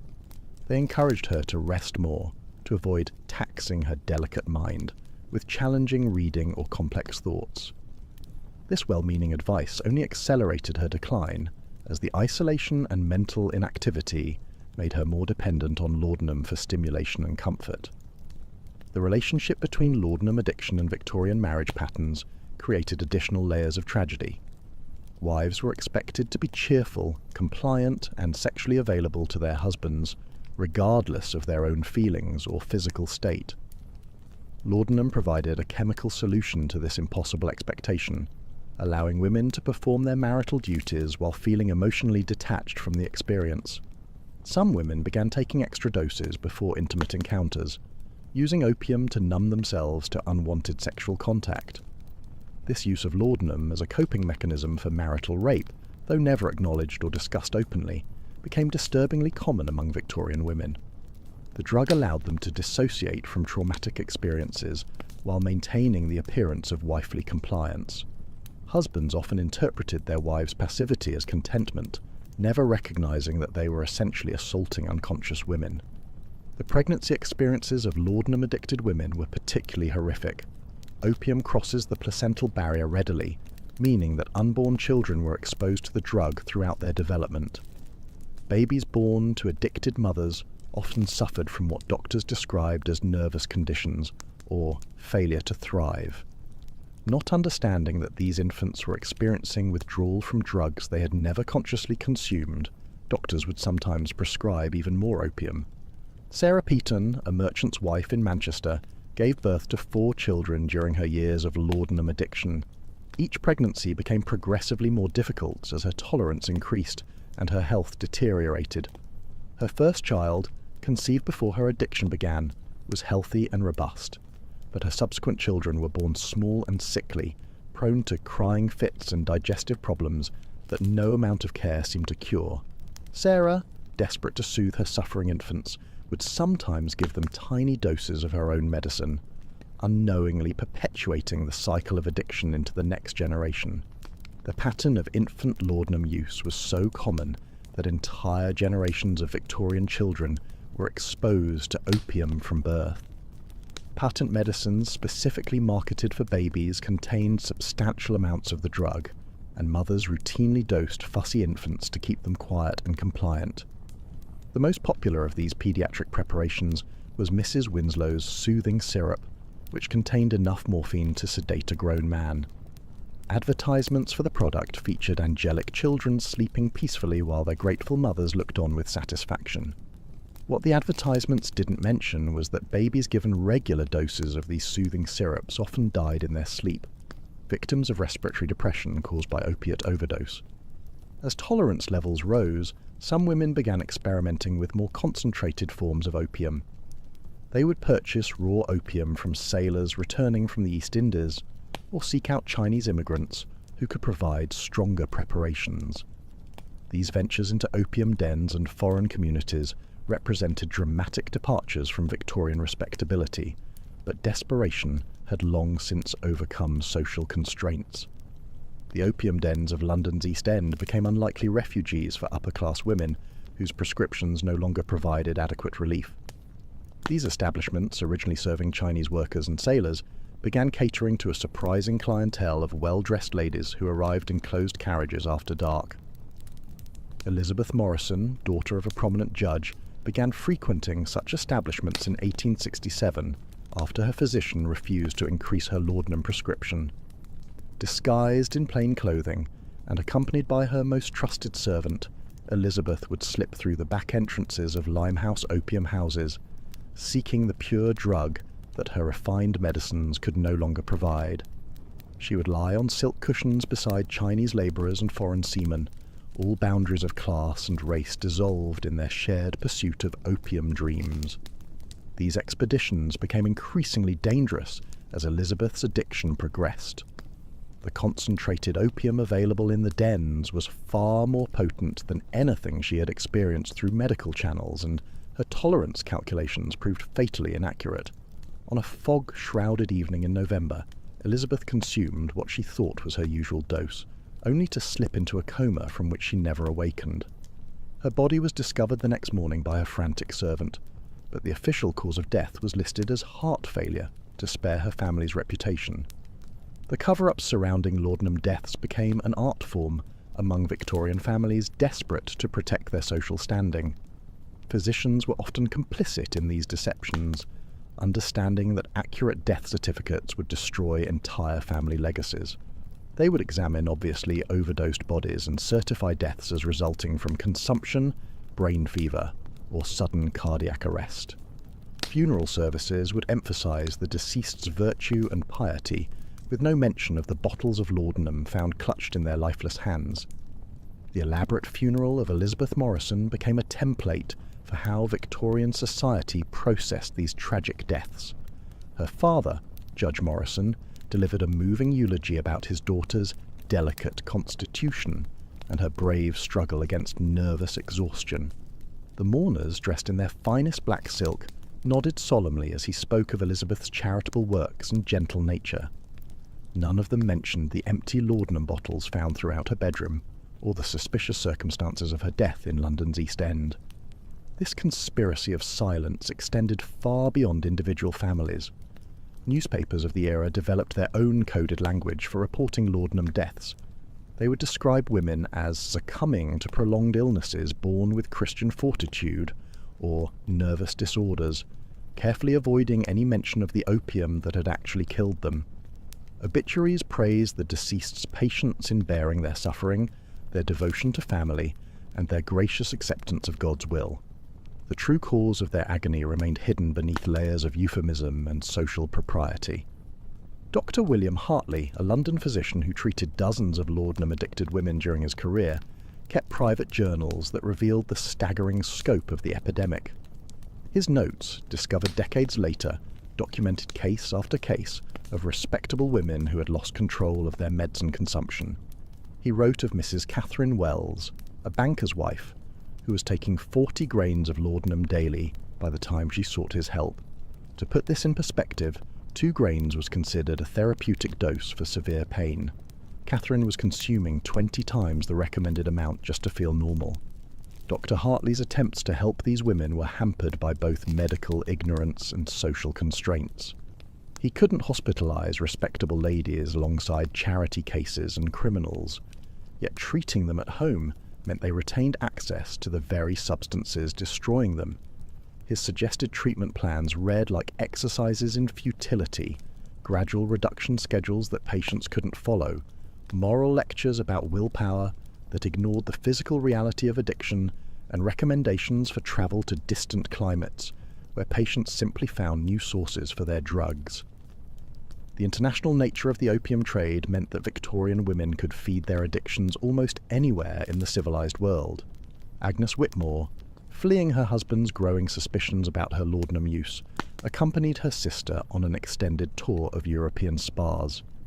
She discovered that German apothecaries sold even stronger opium preparations than their English counterparts, and that Swiss sanitariums would provide unlimited quantities of the drug to wealthy patients seeking treatment for nervous conditions. Agnes spent 6 months moving from spa to spa, always claiming to need stronger medicine for her worsening condition. She would arrive at each new establishment appearing wan and suffering dramatically, describing symptoms that any physician would recognize as requiring opiate treatment. The European medical community, even more deferential to wealthy English ladies than their domestic counterparts, readily prescribed whatever Agnes requested, but the constant travel and increasing drug consumption began taking a visible toll.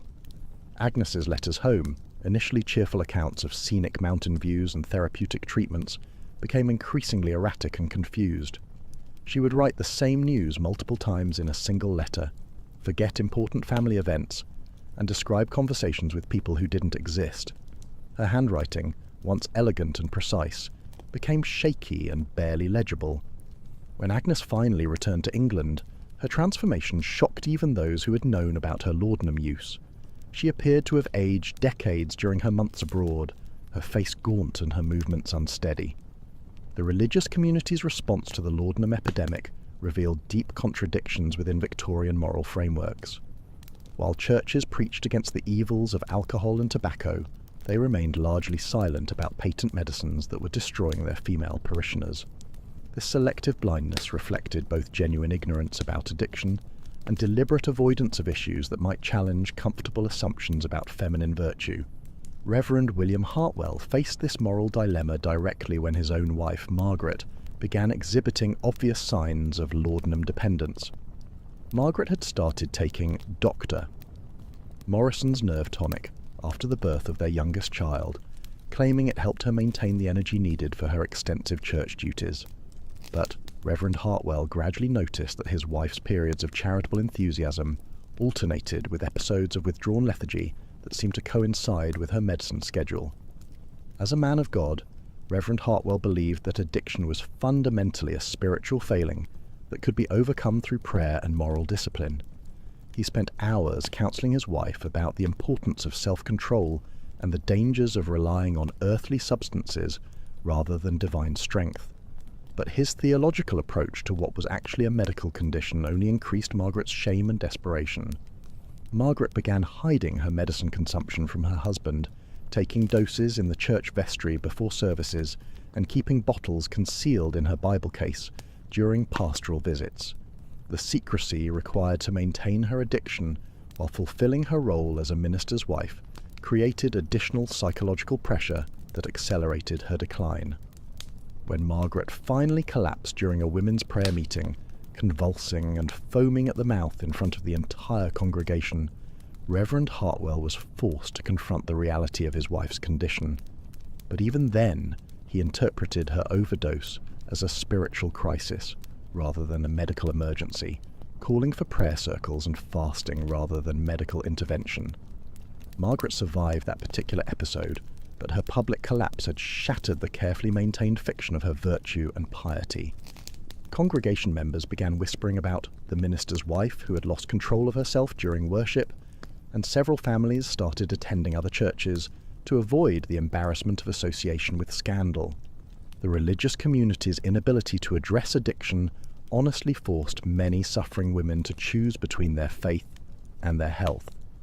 They could confess their struggles and face condemnation as moral failures, or they could maintain their addictions in secret while participating in religious activities that emphasized the very self-control they had lost. Some women found refuge in religious communities that took more compassionate approaches to human weakness. The Society of Friends, known as Quakers, developed an early understanding of addiction as a medical rather than moral problem, offering support and treatment rather than judgment. But these progressive religious groups represented small minorities within predominantly punitive theological frameworks. The economic pressures created by laudanum addiction often forced women into increasingly desperate measures to fund their drug purchases. As tolerance levels rose and required doses became more expensive, many women found themselves consuming significant portions of household budgets on medicine without their husband's knowledge. Constance Fairfax developed an elaborate system of financial deception to support her escalating laudanum consumption. She would purchase expensive household items from merchants who agreed to inflate their invoices, then return the goods for cash refunds that she used to buy medicine. She convinced tradespeople to bill her husband for services never rendered, keeping the payments for her own use. Most ingeniously, she began hosting charity fundraising events where she would skim donations intended for orphanages and hospitals. Constance's financial manipulations worked for nearly 2 years before her husband discovered discrepancies in their household accounts. By that time, she had embezzled hundreds of pounds from various sources, creating debts that threatened to destroy her family's social standing and financial security. When confronted with evidence of her theft, Constance broke down and confessed not only to the financial crimes, but to the laudanum addiction that had driven her to desperate measures. Her husband, a respected banker who had built his reputation on financial integrity, faced the impossible choice between exposing his wife's crimes and covering up behavior that violated everything he claimed to believe about honesty and moral responsibility. The family ultimately chose concealment over justice, repaying the stolen funds and fabricating explanations for the financial irregularities. Constance was quietly sent to a private sanatorium where she could receive treatment away from public scrutiny. But the shame and stress of her exposure triggered a final overdose that ended her life within weeks of her admission. The pattern of financial crime driven by laudanum addiction was far more common than Victorian society ever acknowledged. Women who had never contemplated dishonesty found themselves stealing from their children's education funds, pawning family heirlooms, and manipulating household accounts to support drug habits they couldn't control. The shame associated with these crimes was often worse than the physical effects of the addiction itself. The domestic service industry became another hidden casualty of the laudanum epidemic, as household staff found themselves managing employers whose drug use created impossible working conditions. Servants were expected to maintain normal household routines while their mistresses existed in varying states of opiate intoxication, creating daily crises that required constant improvisation and discretion. Mrs. Eleanor Patterson, head housekeeper for the prominent Blackwood family, developed an intimate understanding of laudanum addiction through years of managing Lady Blackwood's increasingly erratic behavior. Eleanor learned to recognize the signs that indicated when her mistress had taken too much medicine, when she needed assistance walking without falling, and when she should be left alone to avoid triggering paranoid episodes. The moral burden placed on servants like Eleanor was enormous and largely unacknowledged. They were required to enable their employers' addictions through purchasing medicines, concealing evidence of drug use from other family members, and maintaining household functions when their mistresses were too intoxicated to provide direction. Yet they were also expected to maintain absolute loyalty and discretion, never discussing their employers' conditions with anyone outside the household. Eleanor's detailed diaries, discovered decades after her death, provided unprecedented insight into the daily reality of living with laudanum addiction.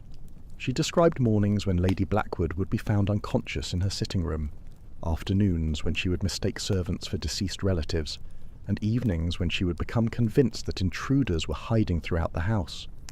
The physical dangers posed by heavily medicated employers created constant anxiety for household staff, who understood they could be blamed for any accidents or incidents that occurred under their watch. The children of laudanum-addicted mothers developed survival strategies that would shape their approach to relationships and authority for the rest of their lives. They learned to function as amateur physicians, recognizing the difference between their mother's various states of intoxication and understanding when adult intervention might be necessary to prevent medical emergencies. Young Timothy Ashworth became expert at managing his mother's laudanum addiction by age 10, having learned through painful experience that his survival depended on accurately reading her condition and responding appropriately. When his mother had taken too much medicine, Timothy would help her to bed and monitor her breathing until the danger passed. When she was experiencing withdrawal, he would bring her tea and remain nearby to provide comfort during the worst symptoms.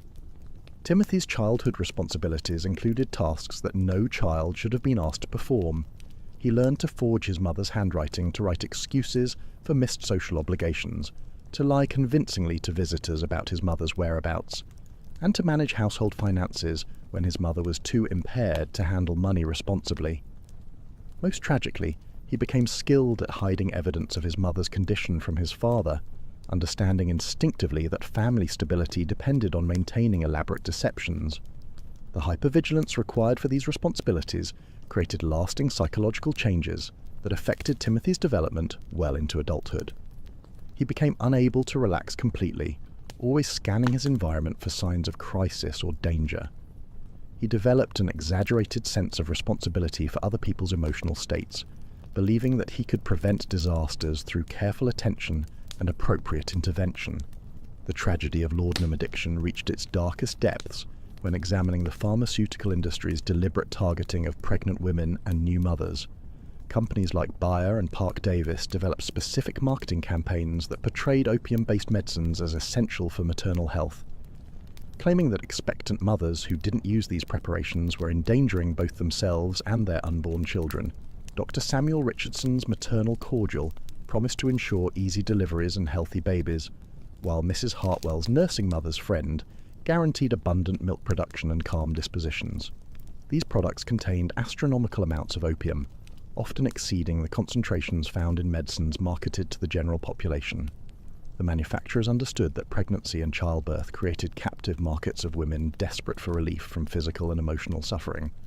Helena Blackwood discovered this truth during her fourth pregnancy in 1862. After 3 difficult births that had left her weakened and anxious, Helena's physician recommended Dr. Richardson's preparation to ensure a smoother delivery. The medicine seemed miraculous during her pregnancy, eliminating the nausea and emotional volatility that had plagued her previous experiences. Helena felt serene and confident, convinced that she had finally found the secret to comfortable motherhood. But when Helena's daughter was born, the infant exhibited strange behaviours that no one could explain. Little Margaret would scream for hours without apparent cause, her tiny body rigid with tension that nothing seemed to soothe. She refused to nurse properly, turning away from her mother's breast with what appeared to be distress. Most troubling of all, the baby seemed to experience episodes where she would shake uncontrollably, her face contorting as if in pain. The family physician attributed these symptoms to a nervous temperament inherited from Helena's delicate constitution. He recommended continuing the maternal cordial throughout the nursing period to ensure that Helena's milk would carry calming properties to her agitated infant.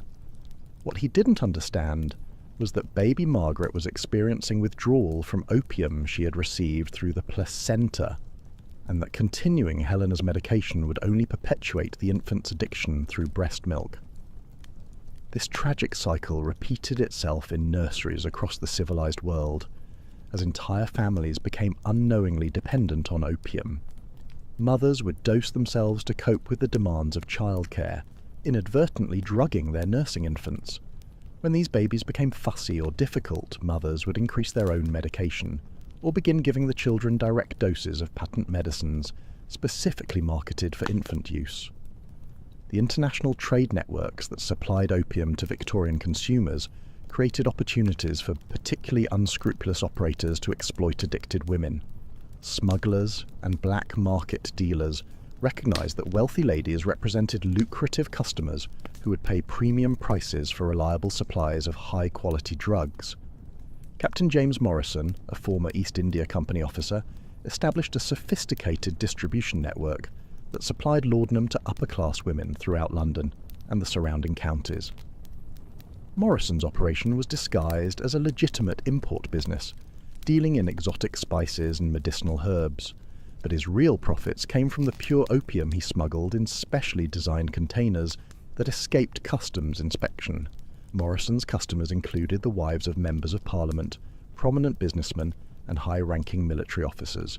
He maintained detailed records of their purchases, using this information both to track their escalating consumption and to ensure their continued silence about his illegal activities. Women who attempted to reduce their purchases or seek alternative suppliers would receive anonymous letters, reminding them of the social consequences that would follow if their addiction became public knowledge. The blackmail aspect of Morrison's business model reflected the vulnerability of laudanum-addicted women to criminal exploitation. Their desperate need for reliable drug supplies, combined with their terror of social exposure, made them perfect victims for unscrupulous dealers who understood how to leverage shame and dependence for profit. Lady Margaret Ashworth became trapped in Morrison's web when her usual sources of laudanum proved inadequate for her escalating needs. Morrison promised to provide stronger preparations at reasonable prices, but gradually increased his charges while reducing the quality of his products. When Margaret protested, Morrison threatened to inform her husband about her purchases unless she agreed to recruit other customers from her social circle. Margaret found herself acting as Morrison's agent, introducing other addicted women to his services while receiving free supplies for her own use. The moral degradation of becoming a drug dealer while maintaining her facade as a respectable society matron accelerated Margaret's psychological deterioration and deepened her self-loathing. The Lord epidemic stands as a stark reminder that progress without compassion leads only to elegant destruction, and that the most dangerous poisons often come wrapped in the most beautiful packages. Hello and welcome. Tonight we're stepping into a time where being a queen meant wearing 10 pounds of brocade while silently enduring political chess matches where you were often the piece, not the player. Welcome to medieval royalty, where your crown is heavy, your smile is rehearsed. And yes, you probably won't survive this. So before you get comfortable, take a moment to like the video and subscribe, but only if you genuinely enjoy what I do here. And hey, tell me where you're watching from and what time it is. I love knowing who's on the other side of this journey. Now dim the lights, maybe turn on a fan for that soft background hum, and let's ease into tonight's journey together. You're 13, maybe 14, and someone just told you you're getting married. You're a noble girl, maybe a princess, maybe the daughter of a minor king, and you're about to become a medieval queen. Romantic, right? No. This isn't love, it's politics through and through. Your future husband is chosen for what he can offer your father. Land, troops, a treaty, or maybe it's just an end to a blood feud that's been going on longer than you've been alive.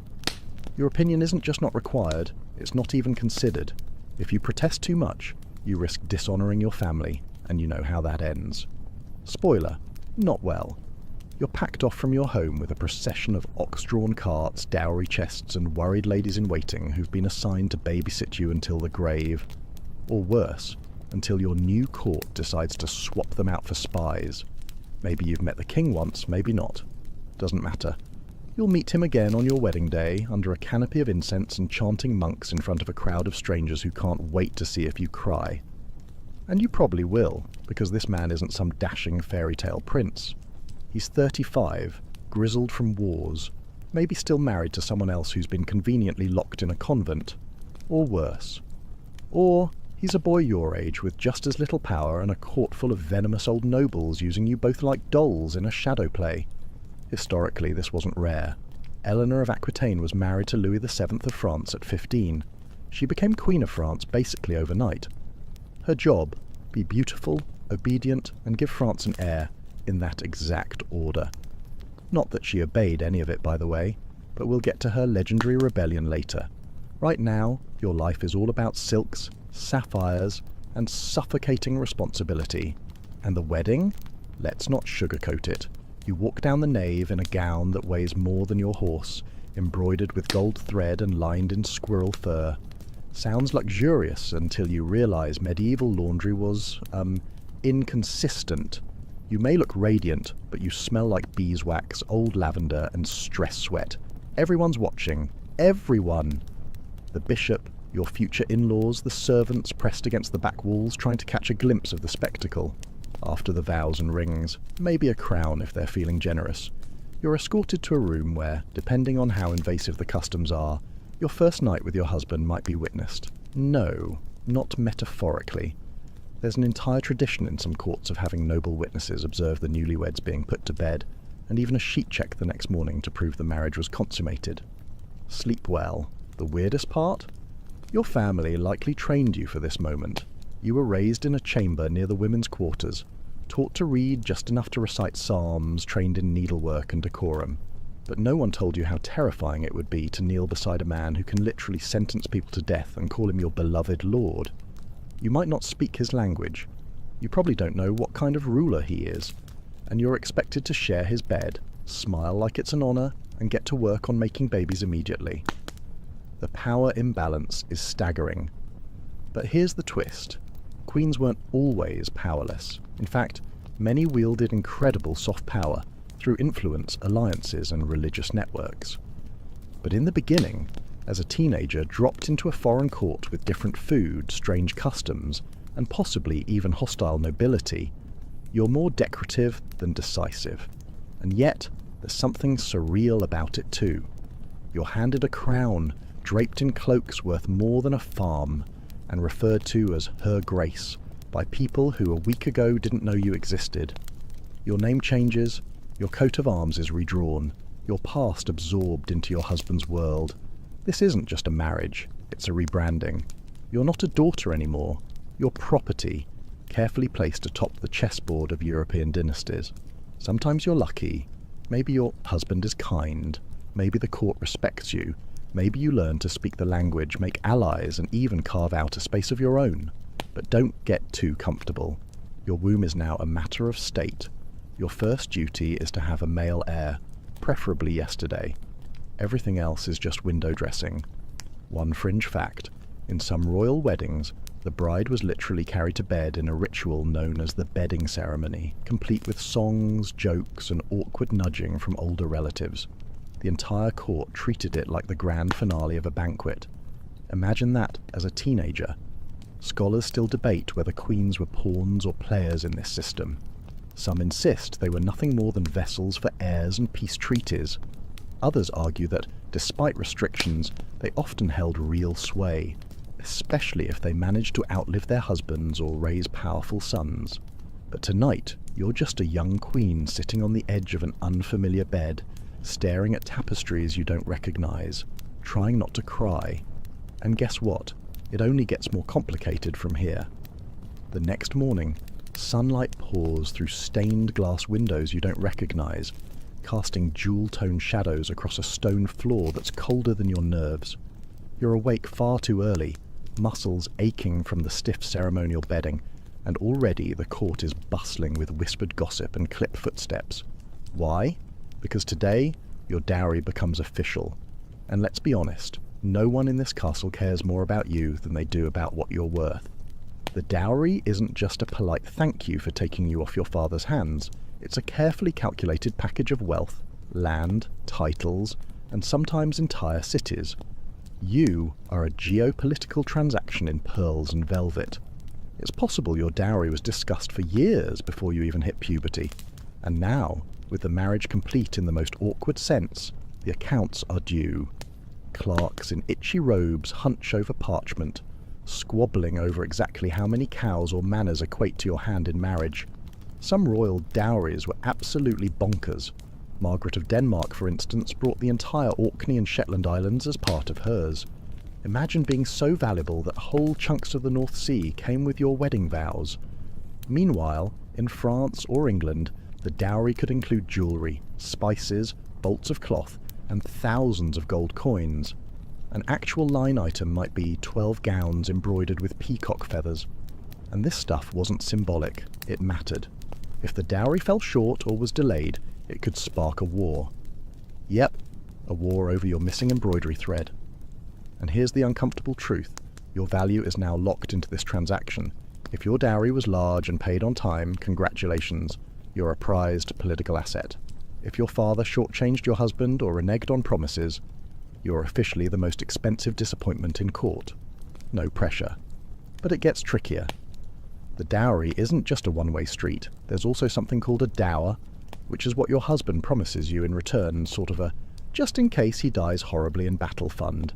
It usually includes lands or income-producing properties that you'll inherit if you outlive him.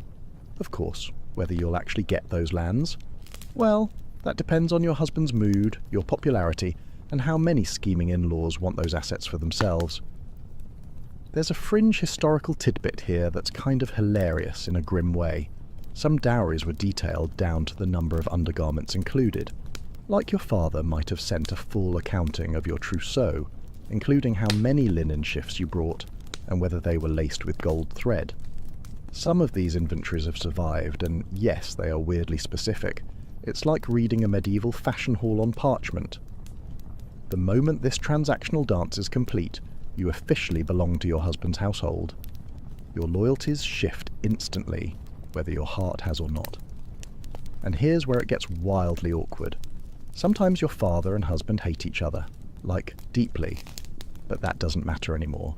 You have to play nice, stay neutral, and most importantly, produce heirs. That's the only part of the deal that can't be written on parchment, so everyone's watching, waiting to see if you start showing signs of pregnancy. Fast. Oh, and don't expect privacy. Courtiers love to speculate. There's even a term for the flurry of surveillance queens faced after their weddings, the queen's bloom. Everyone wants to know when you'll bloom into motherhood. If you sneeze at breakfast or skip a wine goblet, whispers swirl like storm clouds. Some queens even faked early pregnancies to buy themselves time. Others miscarried in secret just to avoid court humiliation. You might try to focus on something less overwhelming, like settling into your new chambers. But even that's fraught. Your rooms are richly decorated, yes. Gilded wall panels, carved bedposts, rugs imported from Byzantium. But you're not alone in them, ever. Your ladies-in-waiting sleep nearby, servants shuffle in and out without knocking, and everything you say can and will be repeated. Still, you try to take control of what you can. Maybe you ask for your favourite psalter to be placed by your bedside. Maybe you commission a tapestry depicting your family crest to remind everyone, including yourself, where you came from. Little acts of self-assertion can go a long way, but you learn quickly. Don't overdo it. Being too proud is risky, especially if you're a foreign queen. People want you to be dignified, not defiant. Here's a scholarly debate that never quite gets settled. Were dowries empowering or dehumanizing? Some historians argue that because the dowry often came with land rights and income, it gave queens leverage within the royal household. Others counter that the whole system reduced women to literal price tags. You might find truth in both views. After all, you've got land and jewels, but also about as much autonomy as a decorative tablecloth. And then, of course, there's the awkward reality that you might be used again. If this marriage fails, say your husband dies suddenly or the alliance falls apart, you can be shipped off and married again, sometimes to someone even older or with fewer teeth. Your dowry might be renegotiated like a used goods exchange. The only thing more unstable than a political marriage is a second political marriage. Yay, but for now, you smile, sit upright at feasts, and pretend the sausages and honeyed almonds make it all feel normal. You clasp your goblet with elegant fingers and laugh politely at jokes you barely understand. Every gesture is watched, every misstep judged, every moment documented, sometimes literally in court records or chroniclers' scrolls, because you're no longer a person. You're a symbol, a treaty, a gilded link between two unstable kingdoms, and as exhausting as all that is, it's just the beginning. The first time you see the castle that's now your home, you expect something majestic. Maybe soaring towers, lush gardens, polished stone glowing in the afternoon light. What you get instead is something out of a chilly dream. Cold walls, grey skies, the air thick with damp moss and suspicion. The castle isn't built for comfort, it's built to withstand sieges, and now you live here. Congratulations, the arrival at court is theatre, make no mistake. The entire court turns out to greet you, though no one smiles too widely. Banners fly, trumpets blare, and children are scrubbed within an inch of their lives, just to stand in a muddy courtyard waving sprigs of rosemary. You ride in, stiff in the saddle, posture perfect. Your gown probably weighs 30 pounds, and underneath you're bracing against saddle sores and a cold wind that cuts through your silk-lined sleeves like a knife. But you can't flinch. Queens don't flinch. At the castle gates, your husband or future husband, depending on how drawn out the wedding festivities are, greets you with ceremonial gestures, a kiss on the cheek, a quick touch of the hand if he's bold. Maybe he lifts your veil in front of the crowd, but you're already scanning the faces behind him. That's your real concern. Who's watching you with narrowed eyes? Who's smiling a little too much? Because the moment you cross that threshold, you're not just a guest. You're an intruder in someone else's world. The court is a hive of activity. Men in embroidered tunics bow stiffly. Women in heavy wimples exchange glances, and servants skitter like mice behind the scenes. You're introduced with all the usual pomp. Her Royal Grace, Queen of such and such, Lady of this and that. It takes a full 2 minutes just to say your title, but every word reminds everyone exactly what price you fetched. That title is sewn into your identity now, whether you like it or not. Inside, the place smells like burning tallow, wet stone, and whatever the kitchen is stewing for tonight's feast, which could be anything from spiced rabbit to eel pie. The walls are lined with tapestries that look warm but don't really help against the draught. Your rooms, what they call the Queen's apartments, are secluded enough to keep you from the general rabble, but not so private that gossip can't sneak in through the floorboards. And here's the kicker. You don't know anyone. Not really? Maybe your new mother-in-law, if she's still alive and hasn't been packed off to a nunnery. Maybe your ladies-in-waiting, if your father managed to send a few you trust. But most of the people around you? Strangers. Ambitious, gossipy, power-sniffing strangers. And you're a teenage queen with no allies, no experience, and no idea which fork to use for salted trout. A real-life example of this cold welcome. Anne of Bohemia, when she arrived in England to marry King Richard II, people openly mocked her dowry, calling it worthless. She didn't even speak English. She was thrust into a world where her new subjects expected miracles and instant charm, and she delivered neither, at least not at first. It took years for her to win people over, and you will try too. You'll smile politely at barons who ogle you, ask careful questions about local saints, compliment tapestries even when they're ugly. Everything is performance, and the worst part, the performance never ends. You're not allowed to sulk or snap or ask to go home, not unless you want to start a diplomatic incident. Oh, and you quickly realize that every step you take is being watched. Not metaphorically, literally. There are eyes in the walls, not magic, just very bored, very nosy servants who report to higher-ranking courtiers, who in turn feed information to the king's advisors, and eventually to the king himself. Did the queen eat her figs at breakfast? Did she talk too long with the Spanish envoy? Did she wear blue on a feast day? All noted, all discussed in hushed tones over spiced wine. But let's zoom in on the servants for a moment, because this is where things get weird. Some are devoted, some resentful, and some are just there. One might be a peasant girl who's never left her village before being promoted to chambermaid. Another could be the bastard daughter of a noble family with nowhere else to go. And a few, full-on spies. Some sent by your own family, some by your enemies, and some just nosy opportunists with good ears and long memories. The fringe fact here, in some medieval courts, queens were expected to keep their own miniature household within the larger royal household. Think of it like a secret club with its own budget, hierarchy, and drama. You manage your own maids, scribes, cooks, and confessor. Sounds empowering, until you realize any one of them might betray you the moment it benefits someone higher up the chain. Meanwhile, your new subjects are watching too, and they have opinions. If you're from a foreign land, you're immediately suspected of trying to corrupt the court with foreign ideas, or worse, foreign fashions. They whisper that you bring omens, that your accent means your prayers don't count, that your foreign ways are a sign of secret sin. Even if you're kind and generous, rumours cling to you like damp wool. This brings us to a long-standing scholarly debate. Were foreign queens more vulnerable or more powerful because of their outsider status? Some say they had fewer political allies and were easy scapegoats. Others argue that their unique background gave them a rare independence from local factions. In your case, it just feels like being isolated in a room full of people who all know something you don't. But still, you settle in. You memorize names. You learn which corners of the castle stay warmest at night. You start eating like the locals, sort of. You practice curtsies in front of the looking-glass until your knees ache, and slowly, very slowly, the court begins to see you, not just as the new queen, but as their queen. Not that this makes things easier. In fact, it just means the real games are about to begin. Night falls heavy in the stone corridors of your new home, and while the day has been full of handshakes, veiled compliments, and trying not to trip over your own embroidery, tonight is something else entirely. Tonight is about duty, or, depending on which court gossip you listen to, spectacle. You're expected to do more than share a bed. You're expected to seal the marriage in a way that leaves no doubt, no legal loopholes, and no "we'll wait and see." Tonight, you're expected to consummate your union, and in some medieval courts, that expectation doesn't stop at the bedroom door. You've heard the whispers, of course. Some kingdoms go all in on the witnessed bedding ceremony.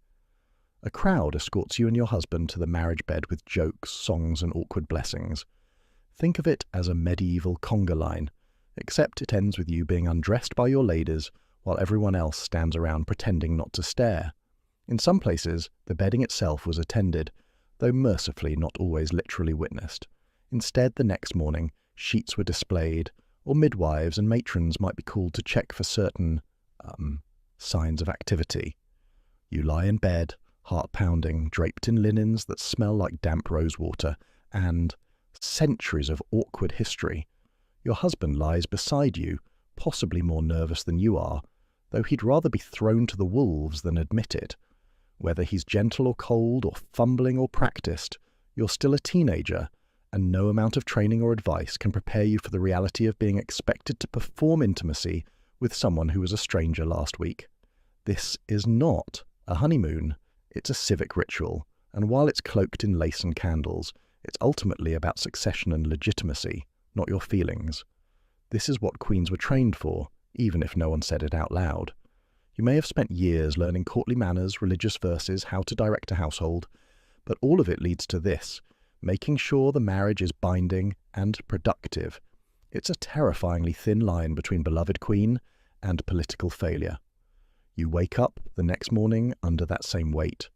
You're a wife now, a potential mother, a state investment that needs to yield results. And people start watching you differently. The same courtiers who nodded politely yesterday now glance at your stomach when you pass, eyes flicking down as if your womb might announce its intentions by breakfast.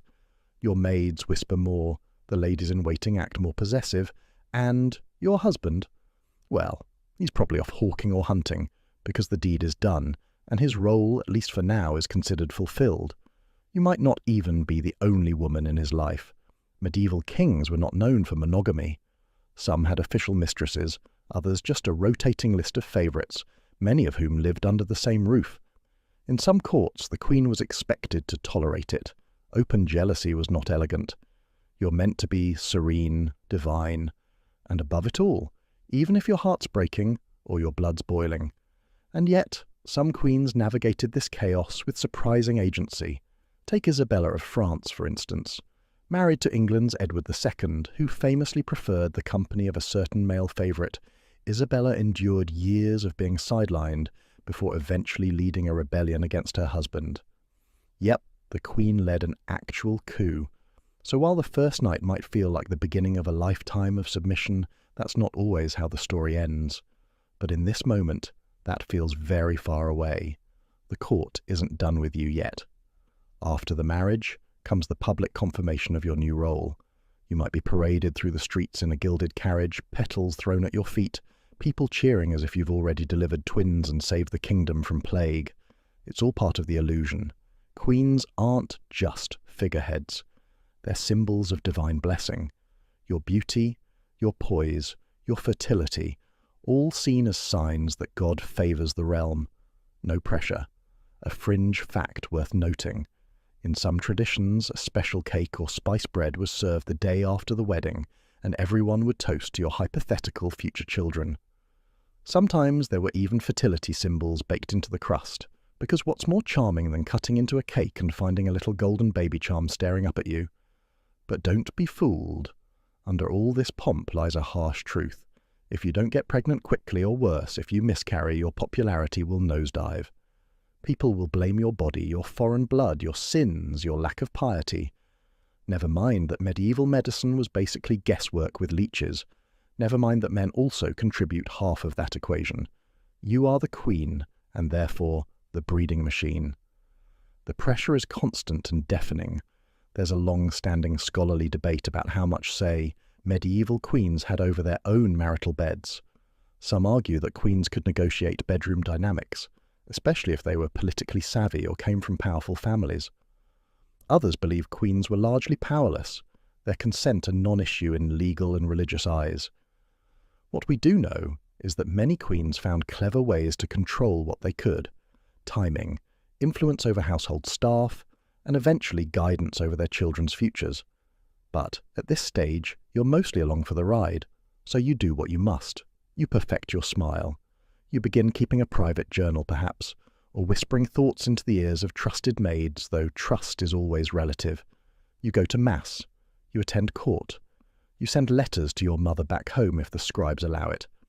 You start planning for what comes next, not just pregnancy, but survival. And survival, you're starting to realize, means more than staying alive. It means staying useful, charming, obedient, fertile, unthreatening, but also clever, resilient, patient. You're walking a tightrope wrapped in gold thread, and every morning, as the bells toll across the grey courtyard and your reflection flickers in a polished copper mirror, you ask yourself quietly, how long can I keep this up?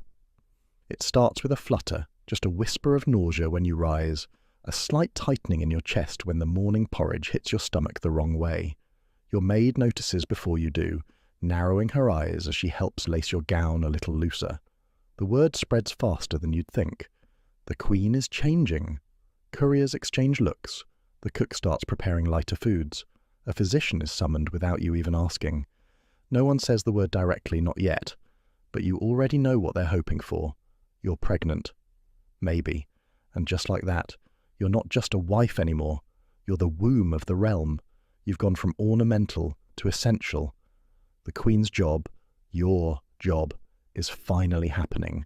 And while on the surface there's joy, gifts, blessings, and ceremonial prayers, underneath it all is the sound of chairs being pulled closer to the throne. Because once you're carrying an heir, your power shifts just a little, but enough for people to start calculating how long they'll have to wait for a new king, or if you're really lucky, a queen mother. Pregnancy in medieval times is terrifying.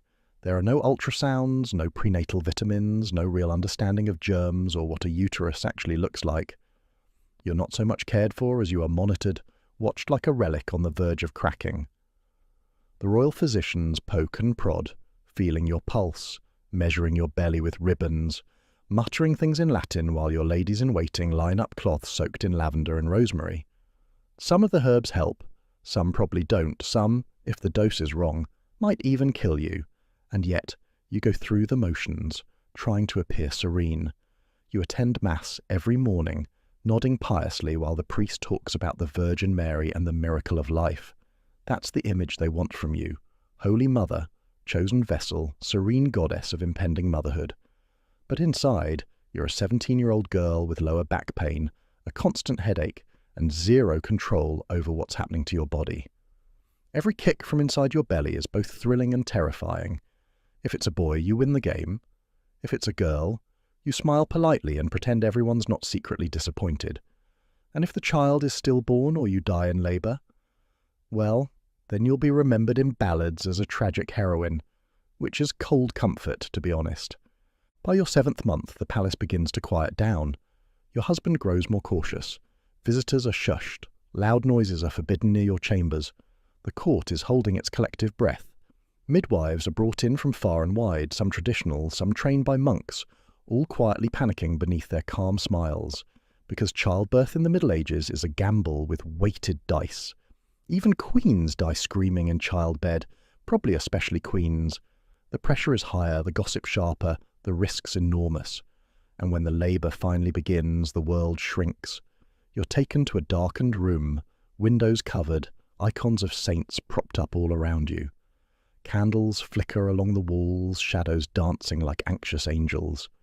The room becomes what they call a lying-in chamber, sealed against bad spirits. It's hot, crowded, and thick with the smell of burning herbs and fear. You scream, of course you do. There's no pain relief, just grit and groan and chant and pray. The women around you, your ladies, the midwives, maybe even a few noble women, offer comfort, or at least try to. Some hold your hands, one might whisper a prayer in your ear over and over like a lullaby. But you're alone in this, really. Completely, utterly alone in your pain. Hours pass, maybe days. You lose track. The world becomes a blur of heat and agony and tightening pressure. You scream until your voice breaks. You pass out and come to. You think you hear someone say, "It's crowning," but it could just as easily be the last prayer you'll ever hear. And then, if you're lucky, a cry, a new voice, raw and angry, slicing through the candle smoke. A midwife lifts the child high, announces the sex with trembling reverence. "A boy," she says, or maybe a girl. And the court outside erupts accordingly. You don't even see the baby at first. Oh, you're too exhausted, too bloody, too shattered to sit up. Then someone presses the infant into your arms eventually, and for a second, a fleeting, golden, hallowed second, you feel joy. Pure, unfiltered joy. It's yours. This tiny, squirming person is yours. And then you remember, he doesn't really belong to you. He belongs to the kingdom. If it's a son, he's the heir, and your value skyrockets overnight. You're no longer just the queen, you're the mother of the future, a living insurance policy against succession wars. Your rooms fill with gifts, your name is sung in churches, and suddenly everyone wants your opinion on nursery arrangements, on treaties, on what colour robe the baby should wear for his first court appearance. If it's a girl, the congratulations are still there, but lighter, softer. A courtier might mention how daughters make wonderful bargaining chips for future marriages. Another might remind you that queens bear many children, and there's always next time. The fringe truth. Sometimes, if the queen gave birth to a boy, coins were minted within hours. Tiny, hastily stamped medallions that said, "This realm has an heir. All is well." If you gave birth to a girl, well, no coins. Maybe a feast if you were lucky. And here comes the scholarly debate. Did childbirth increase a queen's political power or trap her further? Some argue that motherhood granted queen's influence, control over the royal nursery, a seat at the regency table if the king died. Others point out that it made queens more vulnerable, exposed to dangerous childbirths over and over again, reduced to walking cradles whose usefulness hinged on the health of their offspring. The answer, as always, depends on who you were, where you ruled, and how lucky your body was. You're bundled up in clean linen now, propped on pillows, your skin still pale and waxy, but the baby is breathing. You're breathing. The bells are ringing across the city. The kingdom rejoices. And you close your eyes and try to forget that this is only the first round. You've survived childbirth. That alone makes you something of a miracle. Now, as the days blend into a haze of damp linen, soft lullabies, and sharp pelvic pain, you begin to settle into your new role. Not just as queen, not just as wife, but as something far more exhausting. Royal Mother. And with that title comes another shift, one that has less to do with survival and more to do with presentation. You can barely sit upright, but already the court expects you to begin looking the part again. And looking the part, as it turns out, is a full-time job. Your wardrobe becomes a stage, and every layer you put on is political. Every colour, every hem, every jewel carries a message. I am regal. I am fertile. I am strong. But more than anything else, it screams, I am worth obeying. You're no longer dressing to impress a husband. You're dressing to remind the kingdom that you belong here. That you have produced proof of your power in the form of a living, breathing heir. You're not to be dismissed, ignored, or replaced. Not yet, anyway. In the royal wardrobe, there's no such thing as casual. There's only layers: chemise, surcoat, gown, overgown, cloak, silk, velvet, fur, embroidery so fine it looks like lace, stitched with real gold thread, jewels sewn directly into sleeves. You don't wear your wealth. You drag it behind you, sewn into the hem and clinging to your wrists. Your crown alone could buy a small town and still have change, left over for a cathedral bell. And yet, underneath it all, you itch. The brocade is stiff. The pearls rub your collarbone raw. Some of the fur lining smells like damp cellar, especially in winter when nothing dries properly. You long for soft linen shifts, for bare feet on warm stones, for a moment without corsetry and pins. But queens don't get comfort. They get presents. Now, here's the tricky bit. You don't actually choose your wardrobe. Not entirely. A royal tailor does that, so does your chamberlain. And sometimes, just for fun, your mother-in-law weighs in. Your body is essentially on loan to the crown, and so is the fabric that wraps it. If a foreign ambassador visits, they'll expect you to wear a particular colour, perhaps blue to signify purity, or red to evoke power. If it's Easter, your garments will be stitched with lilies and crosses. If it's Advent, out comes the dark velvet and silver thread. Every season is a costume change. Historical tidbit: Queen Isabella of Castile's wardrobe accounts were meticulously kept, detailing every gown, every fur trim, every jewel. These records show how deeply intertwined royal fashion was with political messaging and national identity. So, as you stand there, weighted down by layers of silk and expectation, you understand that your appearance is a language in itself. It speaks of power, of tradition, of the continuation of a dynasty. And you, the young woman underneath it all, are merely the messenger. What do you think was the most challenging aspect of being a medieval queen?